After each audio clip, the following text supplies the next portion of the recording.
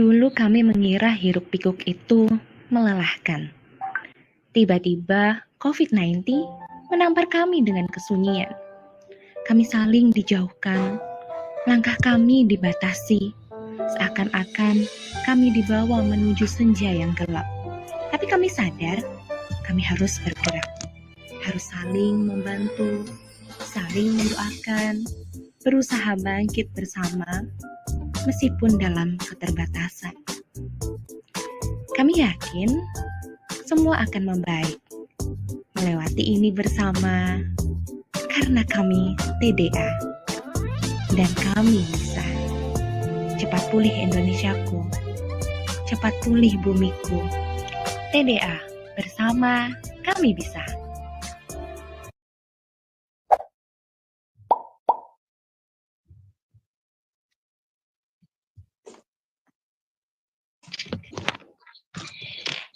Oke, Assalamualaikum warahmatullahi wabarakatuh. Selamat malam semuanya. Gimana kabarnya? Senang banget ya di malam hari ini.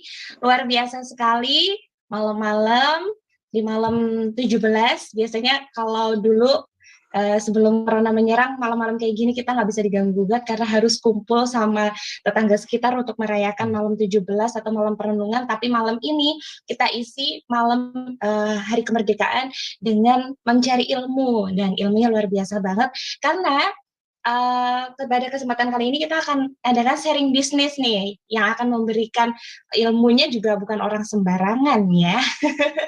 Jadi ini ada 9 prinsip agile leadership untuk membentuk the winning team. Nah ini banget, keren banget nih pastinya. Dan nanti kita akan ada beberapa sesi ya, yang pastinya yang paling ditunggu-tunggu adalah penyampaian materi dari narasumber. Juga ada tanya jawab, nanti jangan sampai dilewatkan nih teman-teman semuanya dari seluruh Indonesia yang pastinya. Terima kasih sudah mengikuti acara yang kali ini diioni oleh TDA Kediri ya. Terima kasih juga untuk semua para sponsor ya yang tentunya sudah membantu acara ini bisa terlaksana. Tapi sebelum acara kita lanjutkan, terlebih dahulu mungkin lebih baiknya kalau kita berdoa dan berdoa untuk acara ini, semoga berkah manfaat. Dimulai dari sekarang, berdoa dimulai.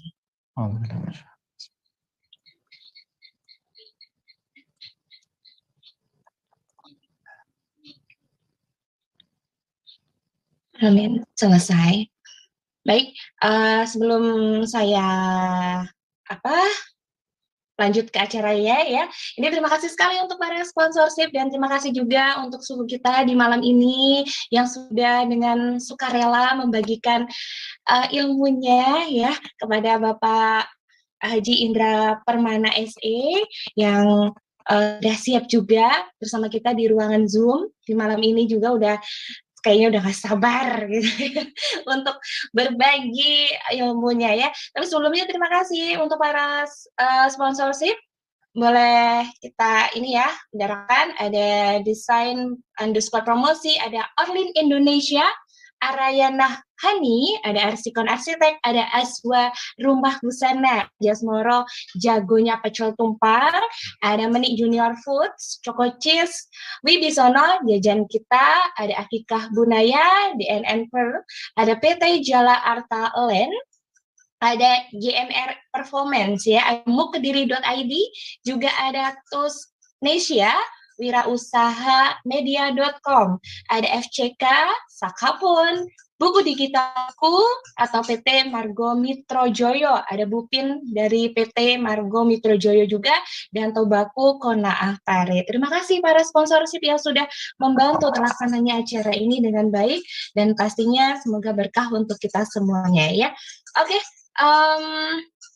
Malam hari ini nanti kita akan dibimbing, bukan dibimbing ya, akan belajar bersama Tionya yang sangat luar biasa, Bapak Haji Indra Permana SE. Ini merupakan seorang entrepreneur sejati. Karena kenapa? Karena saya tadi baca profilnya beliau, ternyata bikin usaha itu nggak sekali dua kali gitu ya, berkali-kali. Dan tadi saya tanya-tanya sama narasumber, bukan narasumbernya, bukan dari beliaunya langsung sih, sama orang-orang terdekatnya beliau.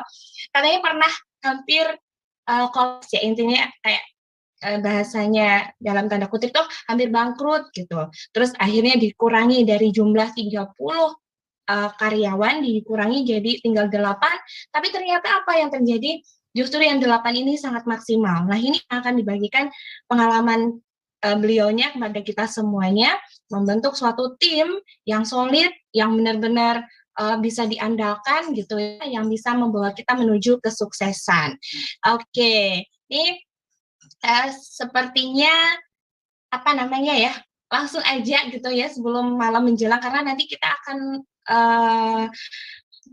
selesai di jam 9. Jadi nanti kita pembagian materi sama tanya jawab selesai jam 9. Atau mungkin kalau Bapak Haji Indra Permana mau lanjut sampai jam 12 kita juga persilahkan ya. Oke, langsung aja kalau begitu saya akan menyapa beliaunya. Ada Bapak Haji Indra Permana SE. Kita akan menyapa dulu. Selamat malam Bapak Haji Indra Permana. Assalamualaikum. Waalaikumsalam warahmatullahi Mbak Meni. Suara saya jelas ya Mbak Meni ya? Jelas Saya banget. boleh request nggak Mbak Meni? Apa itu Jangan requestnya? panggil Bapak dong, panggil Mas Oh, aja. kakak. Oh, Kakak atau Mas. kakak ya. Mungkin lebih muda. Iya, saya seusia Mas Priyo juga kok. Oh gitu. Iya, sama Mas Priyo Arcipon sama usianya. Oh sama. Iya, Mas Priyo sama ya. kok mirip-mirip. Ya suka pakai baju hitam juga kayaknya ya. Wah, jadi itu kayaknya kita ada satu hati ada sama Mas Priyo di sini. Iya, majelis agile gitu kayak agile. Bener gak sih pengucapan saya agile? Bener. Betul. Agak-agak Betul. memang agile. Jadi agile. Oke, terima kasih sekali kami ucapkan dari panitia karena kehadirannya Kakak Indra yang sudah menyisihkan waktunya untuk bergabung bersama kita di ruang Zoom ini. Pastinya nanti semoga ilmunya berkah juga dan saya juga bisa sedikit mengintip bagaimana biar usaha saya juga maju. Gitu. Nanti untuk tanya jawabnya dibatasin atau lost doll gak rewel gitu? Kalau saya sih pada prinsipnya lost doll gitu. Lost doll ya. Silahkan jam berapapun siap. Oke, kalau gitu biar nggak lama-lama langsung saja ruang Zoom saya serahkan kepada Kakak Indra. Silahkan Kakak.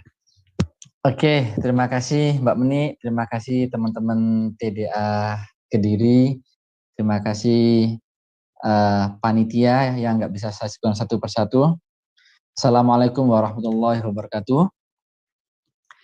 Bismillahirrahmanirrahim. Alhamdulillahirrahmanirrahim. Wassalatu wassalamu ala asrofil anbiya wal mursalin wa ala alihi washabihi wasallam ajma'in. Amma ba'd.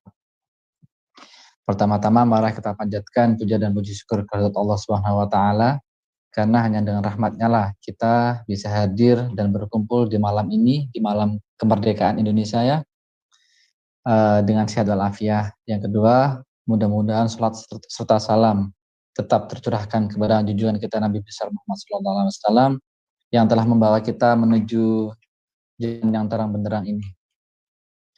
Sebelumnya saya mengucapkan terima kasih juga kepada Mas Priyo yang sudah menggeret saya ke sini. Saya bingung ini, Mas Priyo itu sudah ahlinya agile di Kediri, masih menggeret saya jadi sungkan ini. Yang kedua, saya juga mengucapkan terima kasih kepada Mbah Doni. Mbah Doni ini guru spiritual saya, guru agility saya. Kayaknya insya Allah beliau di sini juga. Yang kedua juga terima kasih kepada Presiden Majelis Agile Indonesia, Mas Beni ya. Mas Beni ini adalah presiden di komunitas Majelis Agile Indonesia. Di sini ada juga anggotanya beberapa, ada Mas Priyo juga, mungkin ada Mas Bayu dari Jogja, dan ada beberapa yang lain yang tidak bisa saya sebutkan satu persatu. Jadi kalau ngomongin agile Mbak ya, Mbak Meni dan teman-teman, agility ini memang menurut saya ini salah satu framework yang pas dipakai untuk saat ini. Apalagi sekarang ini kan kita ini sedang mengalami yang namanya krisis ya. Krisis dari segala krisis, mungkin krisis yang pernah kita alami selama saya berbisnis. Jadi saya tuh berbisnis pada tahun 98 sampai sekarang ya, insya Allah sudah 23 tahun lah saya mulai berbisnis dan mengalami hal yang sangat luar biasa ya saat ini. Sejak adanya virus COVID-19. Terus sudah bisnis ini kan nggak bisa ditebak. Bisnis sudah mulai nggak jelas, kita arahnya mau kemana. Kita baru aja kemarin setelah Lebaran mulai dibebaskan, ada lagi PPKM. Dan kita juga nggak tahu PPKM berakhir kapan. Ya mau nggak mau kita harus adaptif. Kita mau nggak mau harus tetap bisa bertahan, malah harus bisa bertumbuh karena besok kita harus makan ya teman-teman ya. Nah, salah satu hal yang menurut saya sampai saat ini kami masih bisa survive ya salah satunya memang kita mengadopsi sistem agile atau agility. Makanya agility ini sangat membantu kami hingga saat ini kami survive. Ini Mbak Meni izinkan saya mau share PowerPoint juga ya, permisi ya. Iya, silakan. Nanti kalau misalnya di tengah-tengah teman-teman pingin sharing atau tanya atau ngobrol, silahkan, kita malah lebih enak gitu. Kita supaya nggak boring, event kita ini kayaknya langsung interaktif juga nggak apa-apa nanti. Oke. Nah, ini sudah jelas ya? Udah masuk PowerPoint Sudah. saya? Sudah masuk ya? Sudah.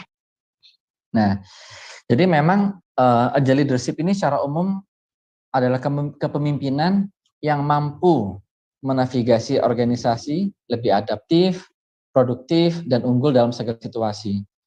Jadi memang agile leadership ini adalah gaya kepemimpinan yang gesit, yang tak-tek, kalau kata orang Jawa tuh sat-set, wat-wat gitu loh ya. Daripada sistem model manajemen yang tradisional. Terus selain itu agile ini juga menurut saya adalah fleksibel banget. Terus gaya kepemimpinan agile leadership ini menonjolkan dan menekankan pada kolaborasi, bukan perintah, bukan top down. Jadi memang kolaborasi ini adalah salah satu ciri khas agile.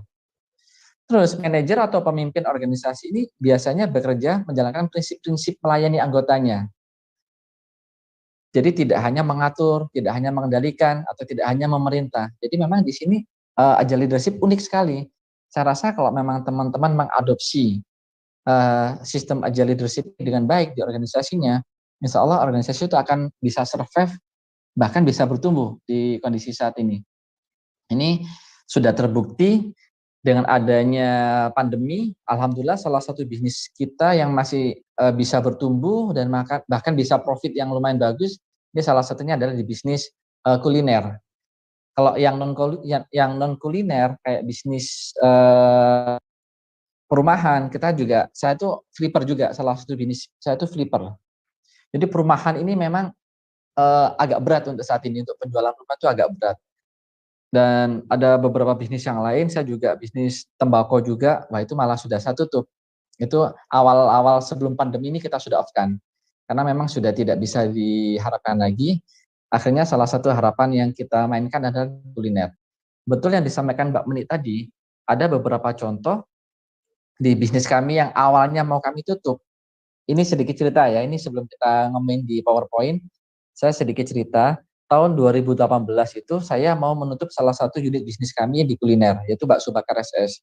Waktu itu kita ada 2 cabang, ada satu cabang ini yang kiranya itu operasionalnya besar tapi nggak ada untung. Waktu itu total general tim kita itu ada 37 orang. Nah, dari 37 orang, tapi setiap bulan kita nombokin, kita rugi terus. Nah, akhirnya hampir saja mau saya tutup, alhamdulillah dilala saya itu ketemu seorang guru ya, ini saya anggap guru saya, bapak saya, mbah saya juga, ini namanya Mbah Doni ini. Itu kok tiba-tiba nongol, sering-sering WA sama saya, sering telepon saya, itu ngomong seperti ini, "Mbah, kan saya tuh dipanggil Mbah juga sama Mbah Doni. Daripada ditutup ini, saya ada framework baru, framework yang mungkin Mbak Indra bisa mengadopsi, yaitu pakai Scrum for Agility atau Scrum for Agile gitu ya. Nah, sejak saat itu terbukti dalam waktu 4 bulan bisnis kami itu malah bisa bertumbuh. Nah, dari situlah kami akhirnya benar-benar jatuh cinta dengan yang namanya agility ini. Akhirnya framework yang kami lakukan di semua lini bisnis kami adalah agility semuanya. Nah, di dalam agile ini ya, selain kita harus gesit dalam bergerak, kita juga harus sering dapatkan informasi-informasi yang ada. Jadi di dalam agile ini kita harus tak-tak, sat-set, tapi kita harus juga pegang-pegang data. Karena data ini bagaimanapun juga sangat penting sekali. Dengan data yang ada, dengan data yang valid, kita itu diharapkan bisa cepat dalam pengambilan keputusan atau decision maker. Nah, ada beberapa perilaku ya supaya leader itu harus gesit. Jadi pemimpin agile itu harus selalu memantau perubahan kondisi pasar, harus memantau perkembangan teknologi digital, dan harus paham apa sih kebutuhan pasar itu. Kedua, pemimpin harus mengambil keputusan berbasis data yang ada di lapangan. Jadi jangan sampai walaupun kita itu satset tapi kita nggak punya data. Nanti kalau kita nggak punya data, konyol juga gitu. Yang ketiga, ini yang paling penting, kita harus eksekusi cepat. Kalau kita sudah tahu kondisi pasar, kita sudah tahu lingkungan atau environmentalnya, kita sudah punya data yang bagus, langsung aja dieksekusi dengan cepat. Karena itu adalah salah satu atau 3 hal yang merupakan ciri-ciri agile leadership. Dengan eksekusi yang cepat diharapkan kita bisa unggul daripada yang lain. Nah, sedangkan 4 kompetensi yang harus dimiliki seorang agile leadership itu ada 4 hal ya. Yang pertama adalah humility. Pemimpin yang gesit memahami bahwa diri mereka bukan seorang ahli yang mampu menyelesaikan persoalan kompleks, tapi mereka itu bersedia mendengarkan feedback dari orang lain. Jadi orang agile itu harus punya kompetensi humility tadi. Humility itu fungsinya untuk apa sih? Kita harus sering mendengarkan tim. Kita harus juga sering mendengarkan orang lain untuk mendengarkan feedback. Feedback itu adalah umpan balik untuk mengambil suatu keputusan. Yang kedua adalah adaptif. Pemimpin yang gesit tidak pernah menghindari perubahan. Justru harus tahan, harus segera adaptasi apapun yang terjadi. Jadi dengan perubahan itu adalah makanan sehari-hari orang yang punya prinsip agile leadership. Ketiga adalah visionary. Orang yang punya kepemimpinan yang visionary itu orang-orang yang pasti akan bisa menginspirasi timnya. Jadi kalau kita mau menjadi seorang leader yang agile, ya harus visionary. Mau nggak mau harus visionary, visi-visi kita harus kita deliver ke semua tim. Dan keempat adalah engagement. Engagement itu ya pemimpin yang gesit itu harus terlibat dengan stakeholder internal maupun eksternal. Jadi dengan tim kita harus bisa saling memahami. Dengan tim kita harus saling membantu. Jadi pemimpin yang agile itu selalu mewujudkan apapun keinginan-keinginan semua timnya. Tentunya berdasarkan visi misi perusahaan ya. Jadi tidak memaksakan kehendak. Nah, ini langsung aja ke PowerPoint ya, agile. Memang di era Fucha ini kita wajib untuk segera merespon apapun perubahan yang ada. Mohon maaf ini kok ada nih. Oh ya. Kita di era Fucha ini harus segera merespon apapun yang ada. PPKM mau diperpanjang sampai kapanpun, kan ada meme-nya juga. PPKM sampai kiamat, nggak mau tahu. Harus tetap kita bisa adaptif. Kita harus cepat merespon, kita harus kolaboratif, fleksibel, dan apapun yang jadi harus kita adaptif. Dan biasanya organisasi yang agile ini akan selalu unggul dibandingkan organisasi yang masih bersifat hierarkis. Hierarkis itu biasanya top down. Semua perintah itu dari atasan ke bawah. Atasan memerintah, bawahan baru mengeksekusi. Atasan memerintah, bawahan sudah eksekusi. Dan kalau kita kayak gitu terus, bisa dipastikan organisasi kita nggak akan bisa berkembang. Kalau kita seperti itu, dipastikan kita akan tergerus dan kita akan kalah oleh startup baru yang sudah mengadopsi framework agility ini. Jadi agile itu cepat, lincah, dan cekatan. Ini ada fotonya Cheetah ini ya. Cheetah itu salah satu lambang agility. Dia selalu cepat, dia selalu lincah, selalu cekatan dalam berburu. Nah, di dalam agile leadership itu ada 3 fase agile leadership. Yaitu yang pertama adalah fase communication, kedua fase commitment, dan ketiga adalah fase collaboration. Di fase communication ini ada 3 hal, yaitu developing, reflecting, learning. Di fase commitment ada 4 poin, yaitu inspiring, engaging, unifying, dan di fase ketiga collaboration itu ada 3 poin juga, yaitu empowering, achieving, innovating. Nah, kita ngobrolin dulu ya tentang communication. Di dalam communication ini ada poin developing. Jadi developing itu action speak louder than words. Jadi namanya pemimpin itu, kalau menurut 9 prinsip agile leadership, yang pertama adalah pemimpin harus bisa menunjukkan aksi daripada perkataan. Kan kalau kita tahu ya, selama ini kan banyak sekali ya para leader-leader perusahaan itu selalu memerintah, merintah, perintah, perintah. Tapi justru itulah nanti yang akan bisa menghancurkan suatu organisasi. Kalau kita mau cepat, mau agile, yaitu pemimpin harus bisa menunjukkan, pemimpin harus bisa menjadi suri tauladan, dan pemimpin harus bisa menjadi inspiratif bagi semua timnya. Nggak hanya berkata-berkata aja, tapi mereka juga menunjukkan lewat tindakan, atau lewat eksekusi, atau lewat aksi. Di poin kedua, masih dalam fase communication, itu ada reflecting. Jadi reflecting itu meningkatkan kualitas berpikir, akan meningkatkan kualitas hasil. Jadi mau nggak mau, seorang leader itu harus berani belajar. Seorang leader harus benar-benar mau meningkatkan kualitas berpikirnya dengan baik. Karena kualitas berpikir dengan baik ini akan selaras dengan hasil yang dia capai. Jadi tidak pernah akan ada suatu hal atau hal yang akan terjadi kalau seorang leader ini tidak pernah mencari ilmu, tidak pernah berpikir, tidak pernah merenung, tapi pengen hasil yang baik. Kalau katanya orang-orang Jawa sih bullshit gitu lah. Yang pasti harus pintar juga, harus benar-benar belajar.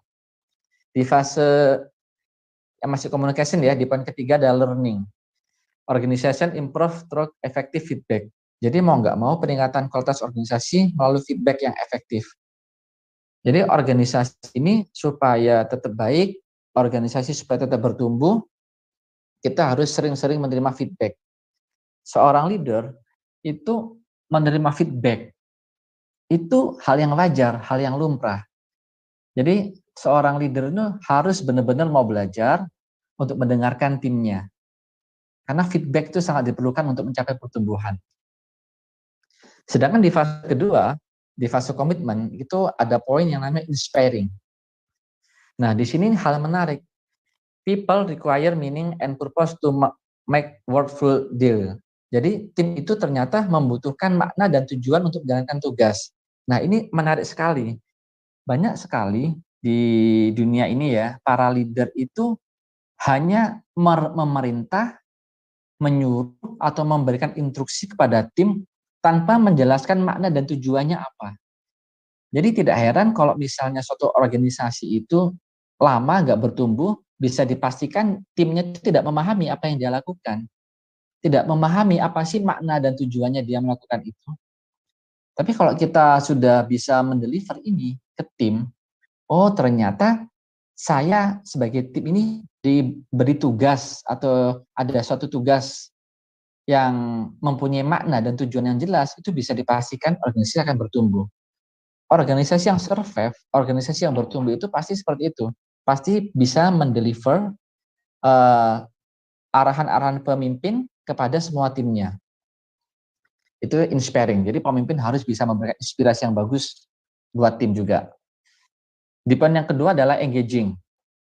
Kedekatan emosional adalah fondasi untuk meningkatkan kreativitas dan inovasi. Nah, ini juga menarik sekali. Bahwasanya menurut prinsip agile leadership, pemimpin itu harus mempunyai kedekatan emosional kepada semua tim. Karena dengan kedekatan emosional dengan tim, itu bisa dipastikan tim akan lebih nyaman berada di organisasi tersebut. Dengan adanya tim yang nyaman, bisa dipastikan juga tim akan semakin kreatif, semakin inovatif, karena di situ tidak akan ada tekanan. Bayangkan apa yang terjadi kalau kita mempunyai tim atau organisasi yang selalu ditekan atasan. Wah, horor banget itu. Organisasinya itu saya yakin itu akan menjadi organisasi yang membosankan bagi tim dan organisasi juga yang menakutkan. Saya yakin kalau organisasi yang seperti itu mencapai goal-nya pasti akan susah. Di fase kedua komitmen yang terakhir adalah unifying. Kepemimpinan harus dimiliki oleh seluruh level dalam organisasi. Jadi kita sepakat di sini, bahwasanya kalau organisasi mau bertumbuh dengan baik, tim harus memiliki leadership yang bagus. mulai dari level tertinggi sampai level terendah, semuanya harus memiliki leadership. Jadi di sini leadership itu tidak hanya untuk satu orang, tidak hanya untuk CEO saja atau direktur saja, tapi semuanya, mulai dari dishwasher. Kalau di restoran itu ada dishwasher yang cuci-cuci piring, atau OB, karyawan-karyawan yang biasa itu juga harus mempunyai leadership. Saya yakin kalau semua organisasi kita itu memiliki kepemimpinan yang bagus di semua level, saya yakin organisasi itu akan cepat bertumbuh.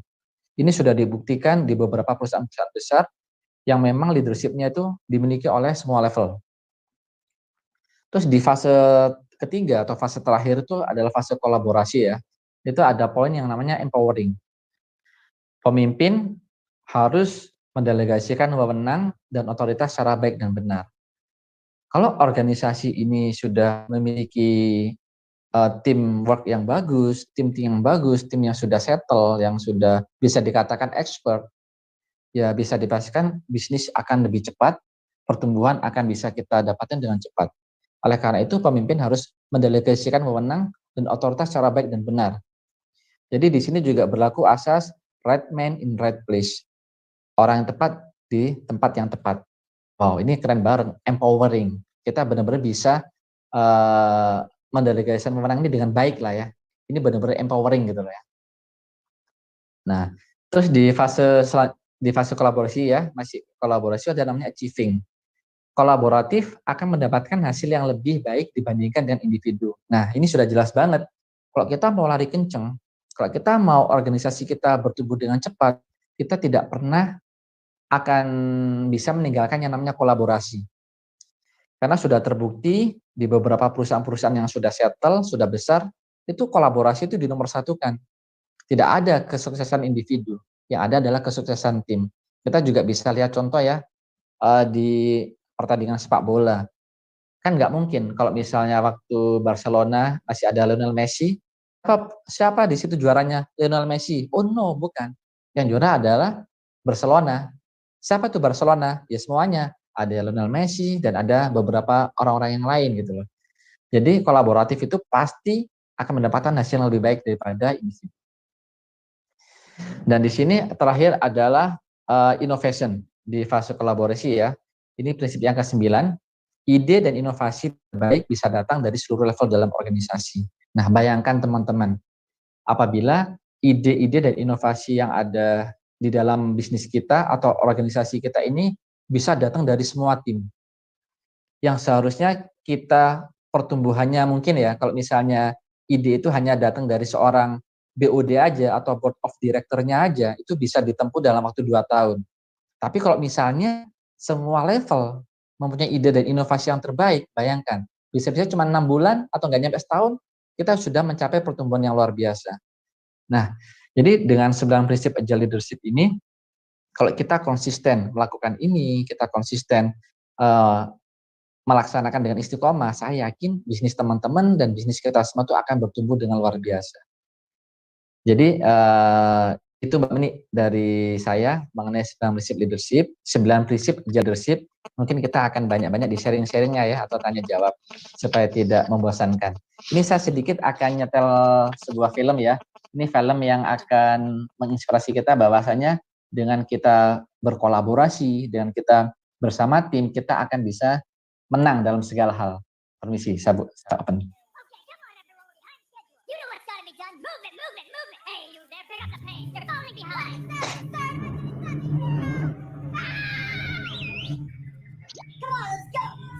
Everyone move together. We got the rest of our hands. You there. Here we go. Nah, bayangkan seekor semut yang kecil bisa mengalahkan hewan yang lebih besar. Ini juga lucu ini. Kalau kita nggak kompak, kalau timnya kepiting ini nggak agile, nggak inisiatif, ya mereka akan kalah dengan burung itu. Tanpa komando mereka sudah bisa. It's smarter to travel in groups. Jadi begitu teman-teman, dan ini ada akhir kata juga. Ternyata ya, apapun bisnis yang akan kita lakukan, kita pasti akan berhubungan dengan orang banyak. Jadi ternyata bisnis itu adalah mengelola manusia. organisasi adalah mengelola manusia juga. Jadi apapun yang terjadi, kalau kita tidak bisa mengelola manusia, ya bisnis kita nggak akan bisa bertumbuh. Tapi kalau kita mau mengelola manusia dengan baik, kita memahami tentang leadership dengan baik, insya Allah kita masih bisa menumbuhkan bisnis kita dengan baik. Jadi gitu Mbak Meni, dari saya Mbak Meni, terima kasih. Baik, terima kasih. Itu aja. Padahal saya masih pengen dengerin yang lainnya. Nanti kalau saya ngomong terus Penjelasannya nanti tidur teman-teman nanti. enggak lah. Suaranya seperti penyiar radio ya. Oh ya.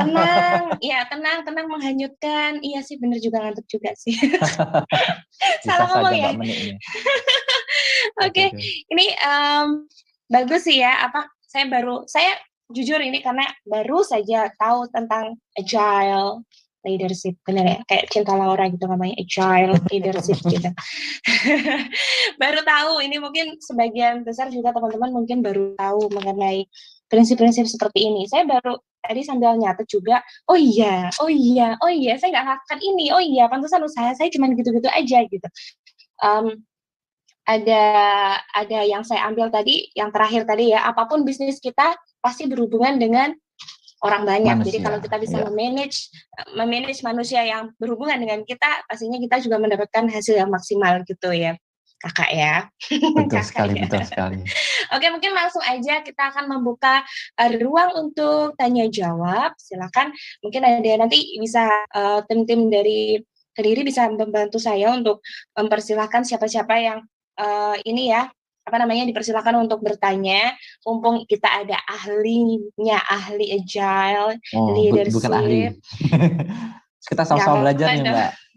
Ada ya, ahlinya di sini, ya. ada Mbak Doni itu lebih ahli. Gitu ya, enggak, Iya. minimal Anda sudah melakukannya lebih dulu kakak. Oh gitu ya. Kalau kita kan masih newbie ya, masih baru banget. Ada yang baru ini tadi dengerin tentang agile leadership, kan asik banget ternyata, oh seperti itu gitu.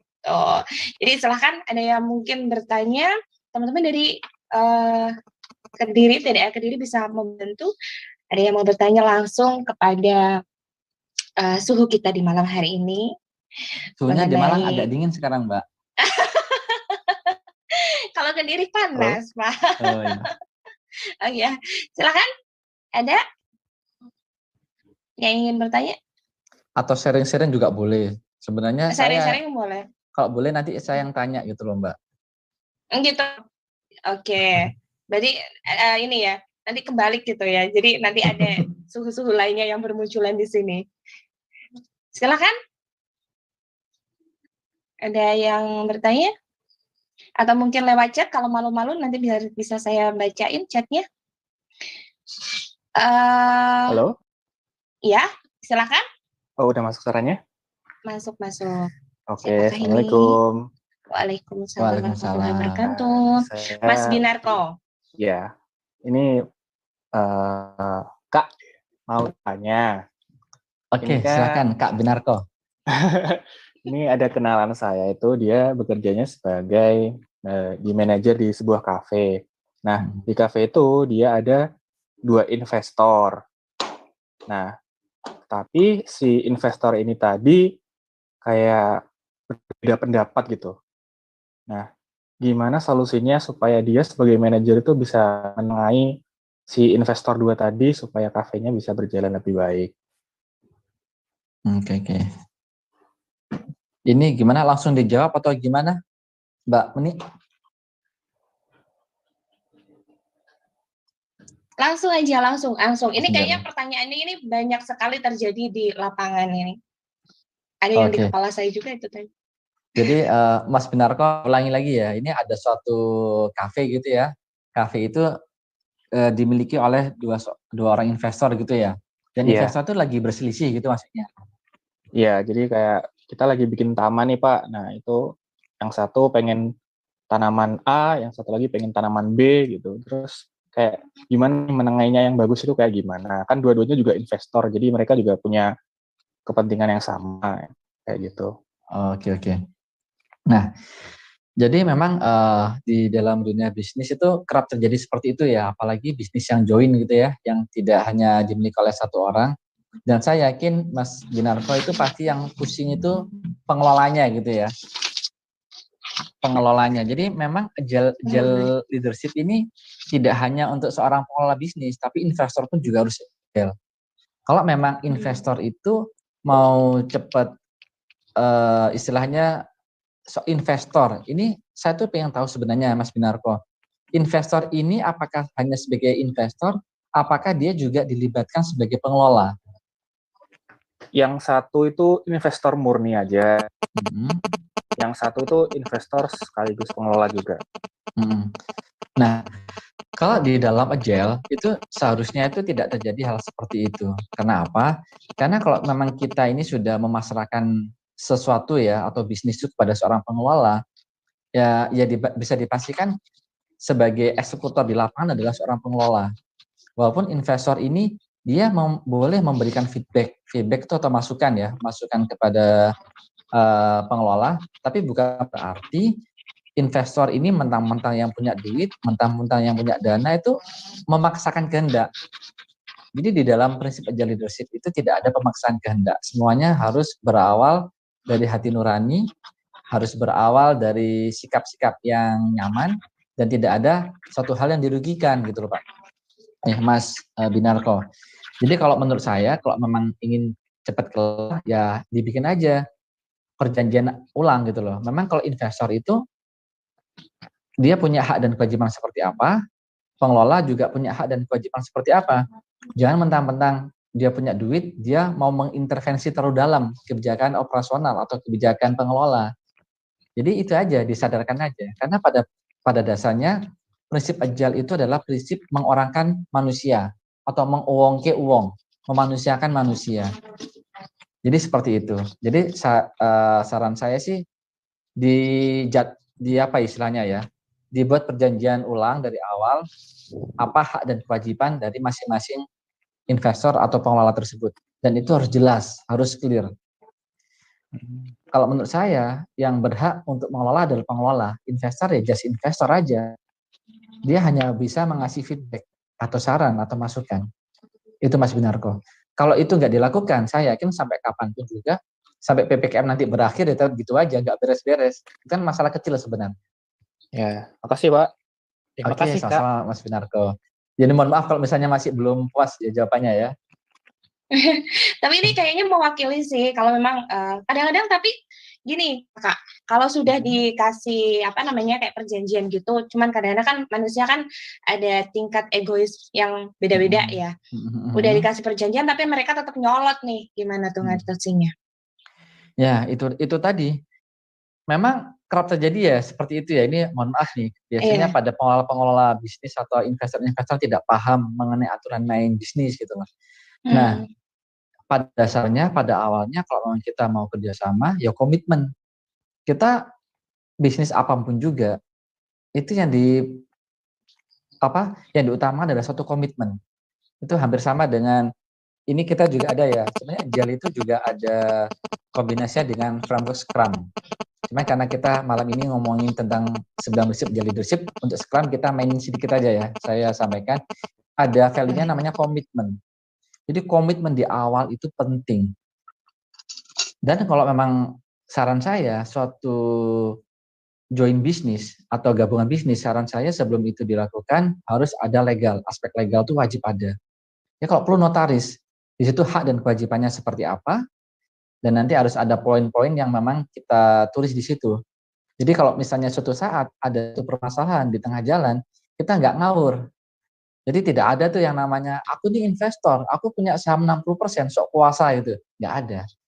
Kalau kita mau benar-benar komitmen, kita mau mengikuti bisnis yang benar ya, bisnis yang benar itu ya perjanjiannya harus benar, harus ada aspek legalnya yang benar. Insya Allah sangat minim sekali kalau kita akan ada masalah seperti itu. Kan yang biasanya terjadi masalah di lapangan itu, bisnis hanya karena teman. Udah aku percaya sama kamu, aku percaya sama kamu. Percaya saya aja, percaya saya ya, itu 1 bulan, 2 bulan pertama pasti aman. Tapi di 3 bulan selanjutnya, 4 bulan selanjutnya itu pasti akan ada masalah. Masalah kecil yang lama-lama akan jadi besar, dan gak jadi setahun bisnis bubar. Saya itu banyak sekali dicurhatin seperti itu. Memang solusinya harus komitmen, solusinya harus ada aspek legal yang benar, solusinya harus ada poin-poin kesepakatan di situ.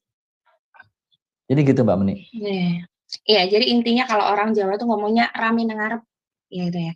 Ya, Rame sih nengarep, nanti di belakang biar enak lah jalannya gitu. iya, Jadi biar bolehlah jelas seperti secara itu. total gitu ya. Secara Maksudnya ini total dijelasin semua unek-uneknya. Maksudnya iya, unek-uneknya dijelasin semuanya, peraturannya dijelasin depan gitu ya kakak ya. betul. Baiklah Ini ini. maksudnya rame itu Keren bukan banget. gegeran ya. Rame itu maksudnya itu Bukan, ada bukan. kutip ya. Harus beres dulu. Tanda Detailnya harus kutip beres ya lah. bahas. Iya. Oh iya ya, maksudnya tanda kutip, maksudnya apa yang diinginkan tuh mendingan dibicarakan di depan, nanti Iya. kan bisa diatur. Nanti setelah jalan kan bisa clear, semuanya bisa jalan dengan lancar juga. That's right. Oke, Benar sekali itu. good. That's right. Silakan ada lagi, ada yang mau menyampaikan? Ini Kak Hans ya, silakan. Oke. Oh enggak, Silakan Kak Hans. cuma angkat tangan aja. Assalamualaikum semuanya. Selamat malam. Waalaikumsalam warahmatullahi wabarakatuh. Berkah berlimpah bersama TDA. Bismillah. Amin. Dalam usaha seperti kuliner yang Mas Indra jalankan saat ini, apalagi di masa pandemi seperti ini, membangun sistem ataupun di dalam proses bisnis, divisi apa yang harus dibentuk di dalam tim. Terus sesuatu yang harus ditonjolkan di divisi tersebut itu yang menurut Mas Indra untuk saat ini yang paling penting itu yang ditekankan di dalam atau departemen atau divisi mana gitu. Terima kasih. Oh, terima kasih Mas Hans. Ini luar biasa pertanyaannya ya. Jadi di kuliner kami itu saat ini ada istilahnya bukan divisi ya, departemen. Kita ada 4 departemen, Mas Hans. Yang pertama adalah departemen human capital. Yang kedua adalah departemen operasional. Yang ketiga departemen finance. Yang terakhir adalah marketing. Nah, dengan kondisi pandemi seperti ini, ya memang kita nggak bisa pungkiri ya, semua pasti kena imbasnya. Cuman kalau menurut riset itu katanya yang kena getahnya atau kena imbasnya itu ada sekitar 80% itu bisnis menurun. Tapi justru yang 15% itu untung. Ya mungkin yang untung itu kayak kelasnya Indomaret, Alfamart itu memang luar biasa. Itu riset baru minggu kemarin saya sudah dapat riset Alfamart, Indomaret itu keuntungannya luar biasa. Kedua di perusahaan farmasi juga ya. Farmasi itu luar biasa juga. Itu cuma 15%, tapi 85% itu mengalami penurunan. Bahkan ada juga sampai di Jakarta itu ya, selama PPKM yang ini itu 20.000 bisnis kuliner tutup. Ngeri banget. Dan memang nggak hanya di Jakarta, di Malang pun juga ada beberapa bisnis teman kami itu sudah nggak mampu untuk bertahan, untuk cost operasionalnya terlalu tinggi. Nah, akhirnya, dan alhamdulillah kalau di tempat kami, di Bakso Bakar SS ini, alhamdulillah masih eksis dan bahkan bisa dikatakan agak bertumbuh. Walaupun awal-awal PPKM yang kedua itu kemarin sempat kita drop penjualan hanya sekitar 10-20% aja per hari. Tapi semakin ke sini di awal bulan apa ya? Akhir Juli itu sudah mulai naik. Bahkan di salah satu cabang kami di Mergosono itu malah bertumbuh. Tapi di cabang satunya agak stuck. Nah, jadi divisi apa yang menurut saya ini yang harus dimaksimalkan? Kalau bisa memang semuanya 4-4-nya harus maksimal. Itu mulai dari finance, operasional, human capital maupun marketing. Tapi di sini ada satu kunci yang menurut saya itu yang dari kalau memang kita bisa kalau kita bisa menangani di departemen ini, insya Allah yang lainnya akan ngefek, yaitu di ranah human capital. Ini sesuai dengan prinsip agile. Nah, jadi gini, ini sedikit cerita ya, sharing di bisnis kuliner kami. Kami sekarang ini di kuliner ada sekitar 32 orang, 32 karyawan, tapi satu pun tidak ada PHK. Tapi asiknya lagi, karena kita ini sudah menumbuhkan jiwa leadership ya ke semua tim. Jadi saya itu saat ini sudah tidak terlalu ngurusin operasional di kuliner, tapi yang uniknya semua tim kami ini sudah istilahnya gini loh ya, adaptasinya luar biasa. Dan saya kagum, ada salah satu outlet kami yang seharusnya itu dihuni 9 orang, awal PPKM itu ditangani cuma 3 orang. Dan itu saya tidak terlibat sedikit pun untuk mengintervensi mereka. Saya tidak sedikit pun untuk ngatur-ngatur mereka, tapi mereka sudah agile, mereka sudah lincah, mereka sudah cekatan dalam pengambilan keputusan. Jadi kepala atau manajer store kami itu langsung gini, Pak, ini PPKM. Saya buat kebijakan yang biasanya 9 orang, Pak, kita cukup 3 orang aja, kan kita nggak bisa dine-in. Nah, terus gimana timmu? Apakah ada PHK atau pemecatan? Nggak ada, Pak. Kita sepakat semua tim ini nantinya akan bergantian masuknya. Semua tim akan bergantian dengan jadwal yang sama. Tapi memang di sini ada sedikit ya, gaji memang agak turun gitu loh. Take home pay-nya agak turun karena memang yang biasanya sebulan masuknya 26 kali, ini ada cuma masuk 18 kali, ada yang cuma masuk 17 kali gitu loh. Tapi mereka memahami. Dan yang luar biasanya, di saat kondisi PPKM seperti itu, yang masuk 3 orang, yang membuat saya terenyuh, tiba-tiba tuh 2 orang temannya tuh datang. Saya kaget, loh, katanya 3 orang ini kok 5 orang? Iya, Pak, saya nggak enak di rumah, saya membantu teman-teman, Pak, tapi nggak usah digaji. Loh, itu yang luar biasa, itu membuat saya tuh terenyuh, haru, dan ini ajarannya guru saya nih, sekali lagi ya, ini Mbak Doni ini luar biasa nih. Bisikan-bisikan ke saya untuk selalu memanusiakan manusia itu saya selalu pakai terus. Dan sampai hari ini pun teman-teman itu tidak ada yang protes. Mereka selalu punya inisiatif untuk memajukan perusahaannya. Pak, saya memang hari ini libur, tapi tolong izinkan saya untuk membantu teman-teman yang lain. Nah, ternyata departemen human capital ini memang di situ fungsinya, Mas Hans. Kalau kita punya departemen human capital, fungsinya selalu untuk menumbuhkan ya, human capital, selalu menumbuhkan manusia-manusia dalam perusahaan kita, itu luar biasa. Dan jiwa-jiwa agile leadership harus ditumbuhkan ke semua bagian tim kita. Tidak hanya seorang bosnya aja, bukan hanya seorang CEO yang wajib, tapi semua harus punya agile leadership. Itu Mas Hans. Sedikit cerita dari saya. Iya, terima Gimana, kasih. Pak Hans, puas ya? Sama-sama.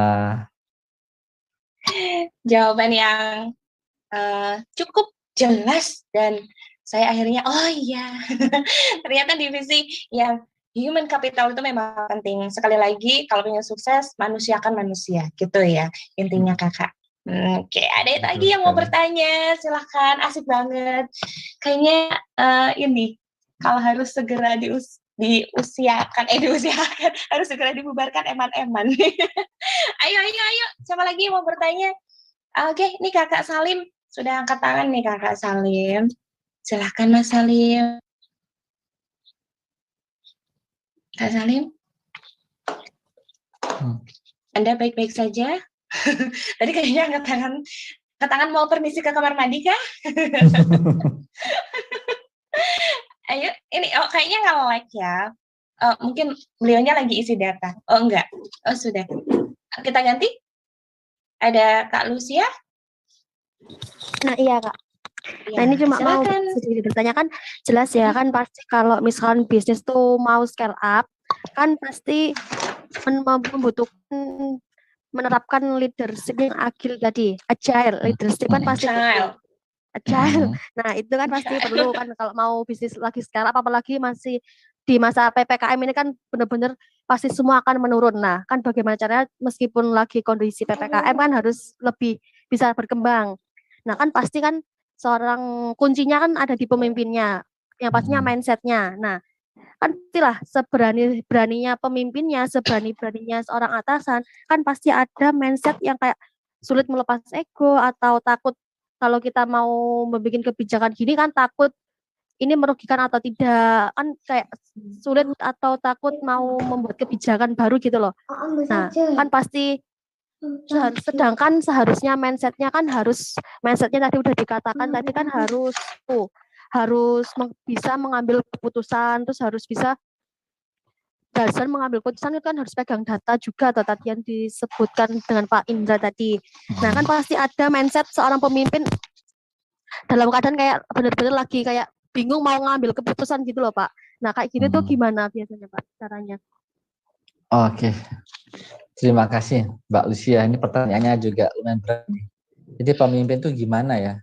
Supaya tidak ada istilahnya pikiran-pikiran negatif gitu ya. Apalagi mau scale up. Nah, Jadi gini, sekali lagi Mbak Lucia, ini salah satu framework aja ya Agile ini. Selain Agile kan juga masih banyak yang lain juga ada gitu. Mohon maaf agak slide. Jadi selain Agile ini ada juga framework yang lain. Cuman kan memang saya ini sekarang penganut Agile, yang salahkan si Agile. Nah, gimana sih cara ngatasi pemikiran-pemikiran negatif dari seorang leader? Ya sebenarnya kalau kita mau mengeksekusi ya atau mau melakukan 9 prinsip Agile leadership tadi, 9 prinsip Agile leadership tadi itu, saya yakin itu sudah cukup, Mbak. Karena apa? Di sini kan kita juga di yang prinsip nomor 2 itu namanya reflecting ya. Kita tuh di sini tuh mau nggak mau pemimpin, leader itu dituntut dan diharuskan dan diwajibkan meningkatkan kualitas berpikir.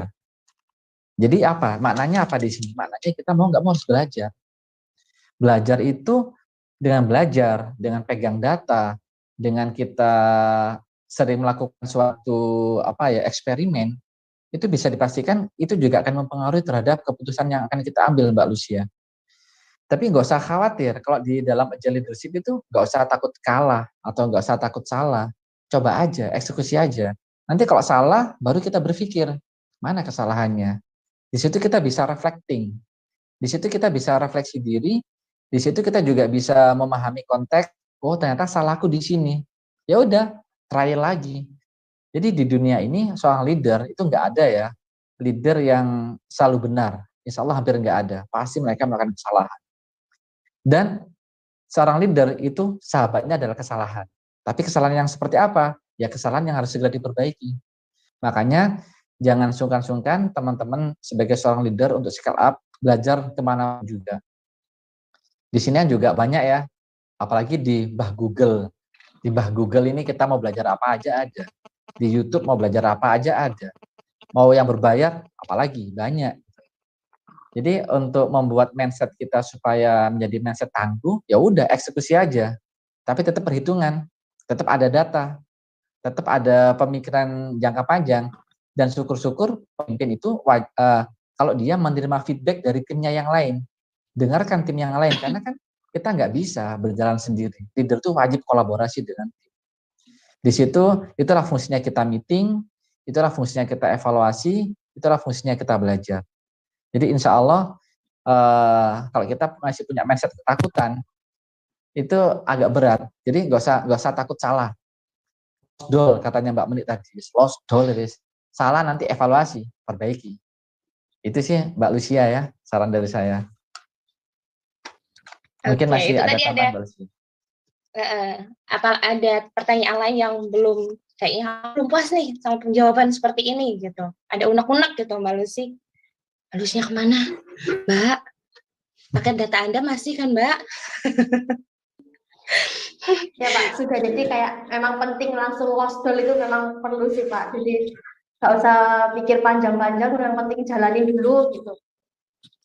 Tapi tetap pegang data Mbak ya, harus ada Ya. datanya. Jadi tidak ngawur kita. Gel tuh Jadi ya, berarti ngawur, harus punya data.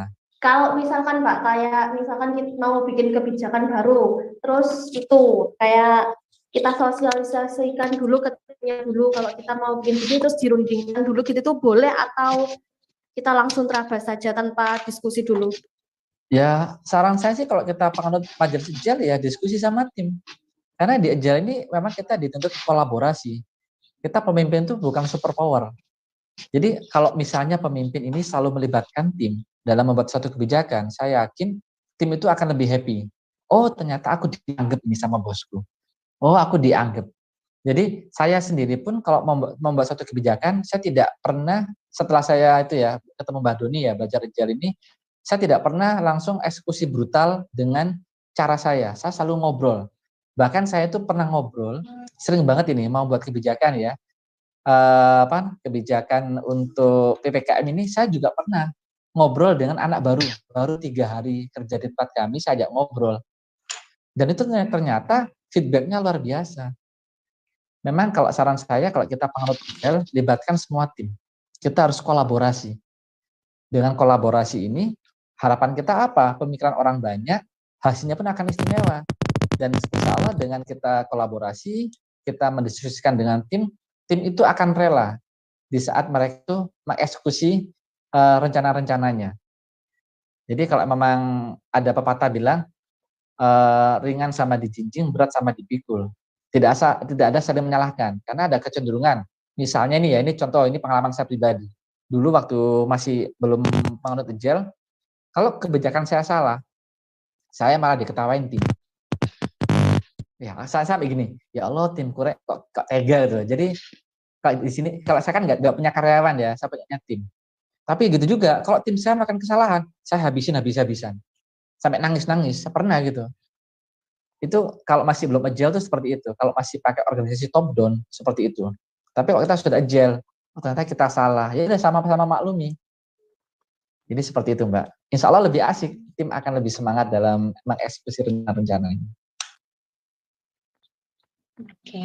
Gitu, Mbak Lucia. Seperti itu, Ibu. Oke, jadi kalau mau ngambil keputusan memang lebih baik dibicarakan bareng-bareng. Biar nanti kalau ada kesalahan juga kita introspeksinya bareng-bareng. Tuh. Ya mungkin ini aku masih belum bisa menerapkan agile itu tadi. Soalnya kalau ada kesalahan masih suka kayak langsung marah gitu. Tahan emosinya, Ibu. Tahan. Jangan langsung dihempas. Betul sekali. Jangan langsung marah-marah, Mbak. Nanti cepet tua nanti. Biasa, ini mungkin bawaan Hawa ya, bawaan kaum Hawa gitu. Saya juga begitu. Gak apa-apa, Mbak Lucia, nanti kita belajar. Iya. Nanti kita belajar lagi. Kan ada para pakar agile nih, ada Mas Indra Permana, ada nanti Mbah Doni juga, nanti kita undang. Ya kan, tenang aja. Ada Mas Prio juga, ada Mas juga pakar tuh. Mas Prio juga, oh ya. Besok saya culik beliaunya ya, saya ajak ngopi, saya tanyain agile semuanya. Wajib itu.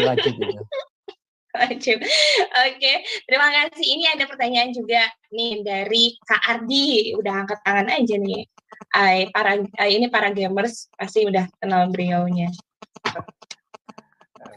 Bukan EPEP ya Kak Ardi ya. Bukan. Terima kasih waktunya. Assalamualaikum warahmatullahi wabarakatuh. Waalaikumsalam warahmatullahi wabarakatuh. Nah, karena kan Mbak Menit sudah tahu kalau saya bidangnya di IT ya, terutama di game programming. Jadi yang ingin saya tanyakan itu mengenai kolaborasi tadi, karena kan tim saya kan pasti nggak satu tempat ya. Mohon maaf Mas tadi kok putus-putus suaranya ya di tempat kan? saya. Bentar. Gimana maaf, halo masih putus-putus? Oh sudah mulai jelas. Oke. Enggak. Oke, sudah. Oke, kan tim saya kan tersebarin di seluruh penjuru Indonesia. Nah, mengenai kolaborasi tadi yang saya tanyakan itu tools apa yang mungkin bisa bikin kami itu lebih produktif atau lebih efektif dalam kami berkolaborasi gitu. Berkolaborasi dengan koordinasi juga gitu sih, itu aja pertanyaan saya. Oke Mas Ardi, sebenarnya untuk kolaborasi ini banyak sekali toolsnya ya. Cuman kalau kita ini sejak tahun 2018 kita pakai framework Scrum. Jadi Scrum ini benar-benar dengan adanya Scrum ini kita organisasi akan semakin efektif.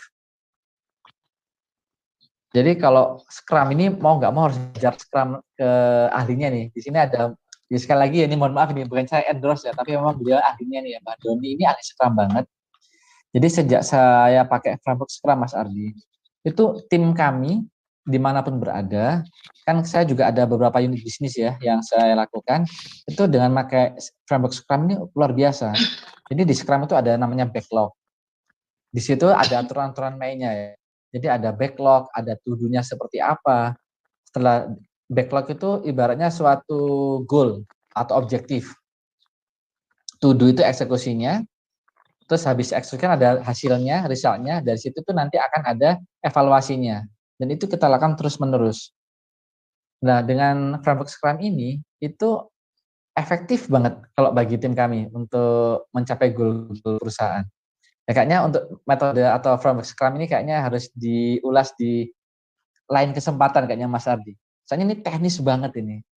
Dan insya Allah kalau kita pakai ini, hal-hal yang rumit itu akan simple. Yang dulunya kita tuh capek sebagai seorang business owner ya, memikirkan sendiri, tapi dengan Scrum itu nggak nyangkanya itu ternyata tim level bawah yang kita anggap level bawah kita, itu mereka juga punya inisiatif yang bagus. Ini saya juga pernah melihat punyanya Mas Priyo Archikon ya. Itu mohon maaf ini ya, ini sedikit contoh. Mas Priyo kan di bidang properti ya, ada kontrak konstruksi juga ya atau kontraktor ya.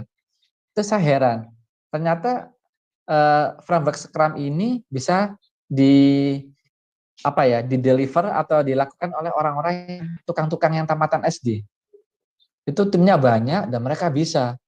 Dan itu Mas Priyo tuh sekarang tuh happy terus tuh, bahagia terus tuh pakai Scrum itu.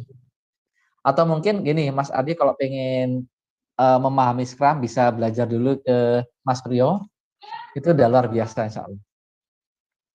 Hal-hal yang nggak kita duga, yang seolah-olah itu untuk orang-orang yang sudah kuliah, tapi ternyata orang tamat SD bisa. Itu tipsnya seperti apa? Mungkin butuh waktu 2 minggu sampai 3 minggu untuk mendalami Scrum, insya Allah akan luar biasa itu. Gitu Mas Ardi ya. Oke. Gitu Mbak Meni. Iya, terima kasih. Iya, oke. Ini mohon maaf saya nggak bisa mendetailkan. Saya detail nanti butuh waktu workshop 3 hari ini. Nggak apa-apa. Ini kayaknya kode keras harus next ada sharing bisnis lagi mengenai Boleh. hal itu ya. Harus Ini belajar, tadi Mas Mama. Priyo, Mas Prionya tadi chat saya itu narasumbernya dilarang endorse orang lain gitu. Oh, Saya itu langsung bukti nih Mas Priyo. Bukti Iya, otentik. sudah terbukti. Iya. Sudah terbukti karena saya lihat sendiri beliau di lapangan ya. Kebetulan saya juga mau kolaborasi sama beliaunya. Doain Di ya lapangan Kakak. mana nih Mbak? Lapangan bola atau lapangan mana? Lapangan bola. Beliau kan suka main bola. Mbaknya jadi striker gitu ya? Saya penjaga gawang aja. Oh, penjaga gawang. Oke. Oke. Ini ada lagi yang bertanya. Ini dia. Ada Kakak Wibisono. Saya manggilnya Kakak aja deh. Oke, monggo Kakak Wibisono. Ini nggak harus tanya loh Mbak ya, sharing-sharing juga boleh Iya, Mbak. sharing boleh. Ini juga Kakak Wibisono ini seorang entrepreneur yang luar biasa juga. Outletnya udah puluhan. Karena beliau endorse saya, jadi saya membangga-banggakan beliau. Karena sudah memakai jasa iklan saya kan, jadi saya bangga-banggakan ada. Selamat. Mantap nih. Silakan Kakak. Assalamualaikum warahmatullahi wabarakatuh. Waalaikumsalam warahmatullahi wabarakatuh. Pak Indra mau tanya soal semisal kan gini, ada tim di cabang lain gitu. Cuma anaknya itu selalu kadang gini, satu anak sama anak lain itu saling menjelekkan gitu loh. Oke. Terus itu nanti gimana itu solusinya kalau terjadi seperti itu terus? Tapi dalam saat saya cek di lapangan atau saya lihat di CCTV itu nggak sesuai yang diomongkan, misal si A menjelekkan si B. Lah si B ini kan sebagai kepala cabang di sana itu si B ini nggak pernah ke lokasi sini, terus habis itu si lain lagi, anak lain lagi itu mendukung yang si A tadi itu gitu loh. Itu gimana untuk menangani anak-anak yang seperti itu Pak? Terima kasih. Oke, Mas Wibisono. Jadi masalah-masalah yang Mas Wibisono hadapi itu kerap terjadi di beberapa pebisnis yang lain ya. Jadi gini Mas Wibisono, nggak usah khawatir. Itu memang penyakit-penyakit pebisnis. Jadi organisasi bisnis maksudnya ya. Jadi organisasi UKM pun atau organisasi yang besar pun itu juga kerap terjadi. Nah, ini sedikit cerita. Dulu waktu masih saya belum implementasi Scrum, belum mengadopsi Agile Leadership, itu tim saya seperti itu. Ini yang seperti disampaikan Mbak Meni di awal tadi. Awal-awal kami buka bisnis itu tahun 2000, bisnis kuliner maksudnya ya. Di tahun 2012, bakso itu kita punya tim 37 karyawan. Atau tim ya, kita punya 37 tim. Sampai tahun 2018, tim kami ini benar-benar tim kayak di sinetron. Mungkin Mas Wibisono paham ya sinetron ya? Iya, benar. Saya rasa hampir sama kasusnya dengan saya dulu. Jadi mereka suka adu omongan. Mereka suka gosip. Dan terus intinya itu ada drama office. Iya, kadang suka ada status gitu. Cuma saya statusnya itu nggak tahu, tapi anak lainnya tahu gitu loh. Terus anak Iya. lainnya itu bilang ke saya, Pak ini apa cabang sana kok seperti ini gitu. Nah, kira-kira kalau tim kita kayak gitu terus bisa nggak kita maju, Mas? Nggak bisa kalau seperti itu terus. Nah, memang itu nggak bisa banget. Itu bisa dikategorikan itu adalah suatu penyakit ya atau toksik gitu ya. Iya, Nah, benar. dulu sebelum tahun 2018 saya mengalami hal seperti itu. Ini ada suatu kisah lucu. Di suatu outlet kami yang seharusnya itu 5 orang cukup, kita berani sampai 17 orang. Jadi satu outlet bakso, 17 orang timnya, dan mereka itu sandiwara semua. Dan mereka punya 3 blok besar. Mereka punya 3 geng. Dan lucu lagi, di saat saya itu ke sana, hampir seolah tidak terjadi apa-apa. Padahal mereka sudah punya manajer. Ternyata memang manajernya ini nggak becus. Nah, jadi drama office itu memang kerap terjadi dan itu penyakit. Kalau nggak segera kita atasi, wah itu akan jadi kronis itu, akan menular dan akan menghancurkan organisasi kita. Ya mau nggak mau harus ada treatmentnya. Nah, syukurlah waktu saya implementasi Scrum, itu semuanya teratasi. Jadi memang kondisi-kondisi seperti itu harus dikuatkan lewat visi, misi, value, maupun culture perusahaan kita, Mas. Kalau perusahaan kita tidak mempunyai value atau culture yang kuat, bisa dipastikan itu akan mudah terjadi. Oleh karena itu, sejak tahun 2018, nggak ada itu cerita rasan-rasanan di tim kami. Jadi tim kami itu benar-benar fokus di kerja.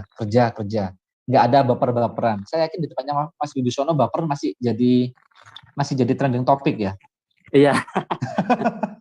Itu lumrah dan itu penyakit.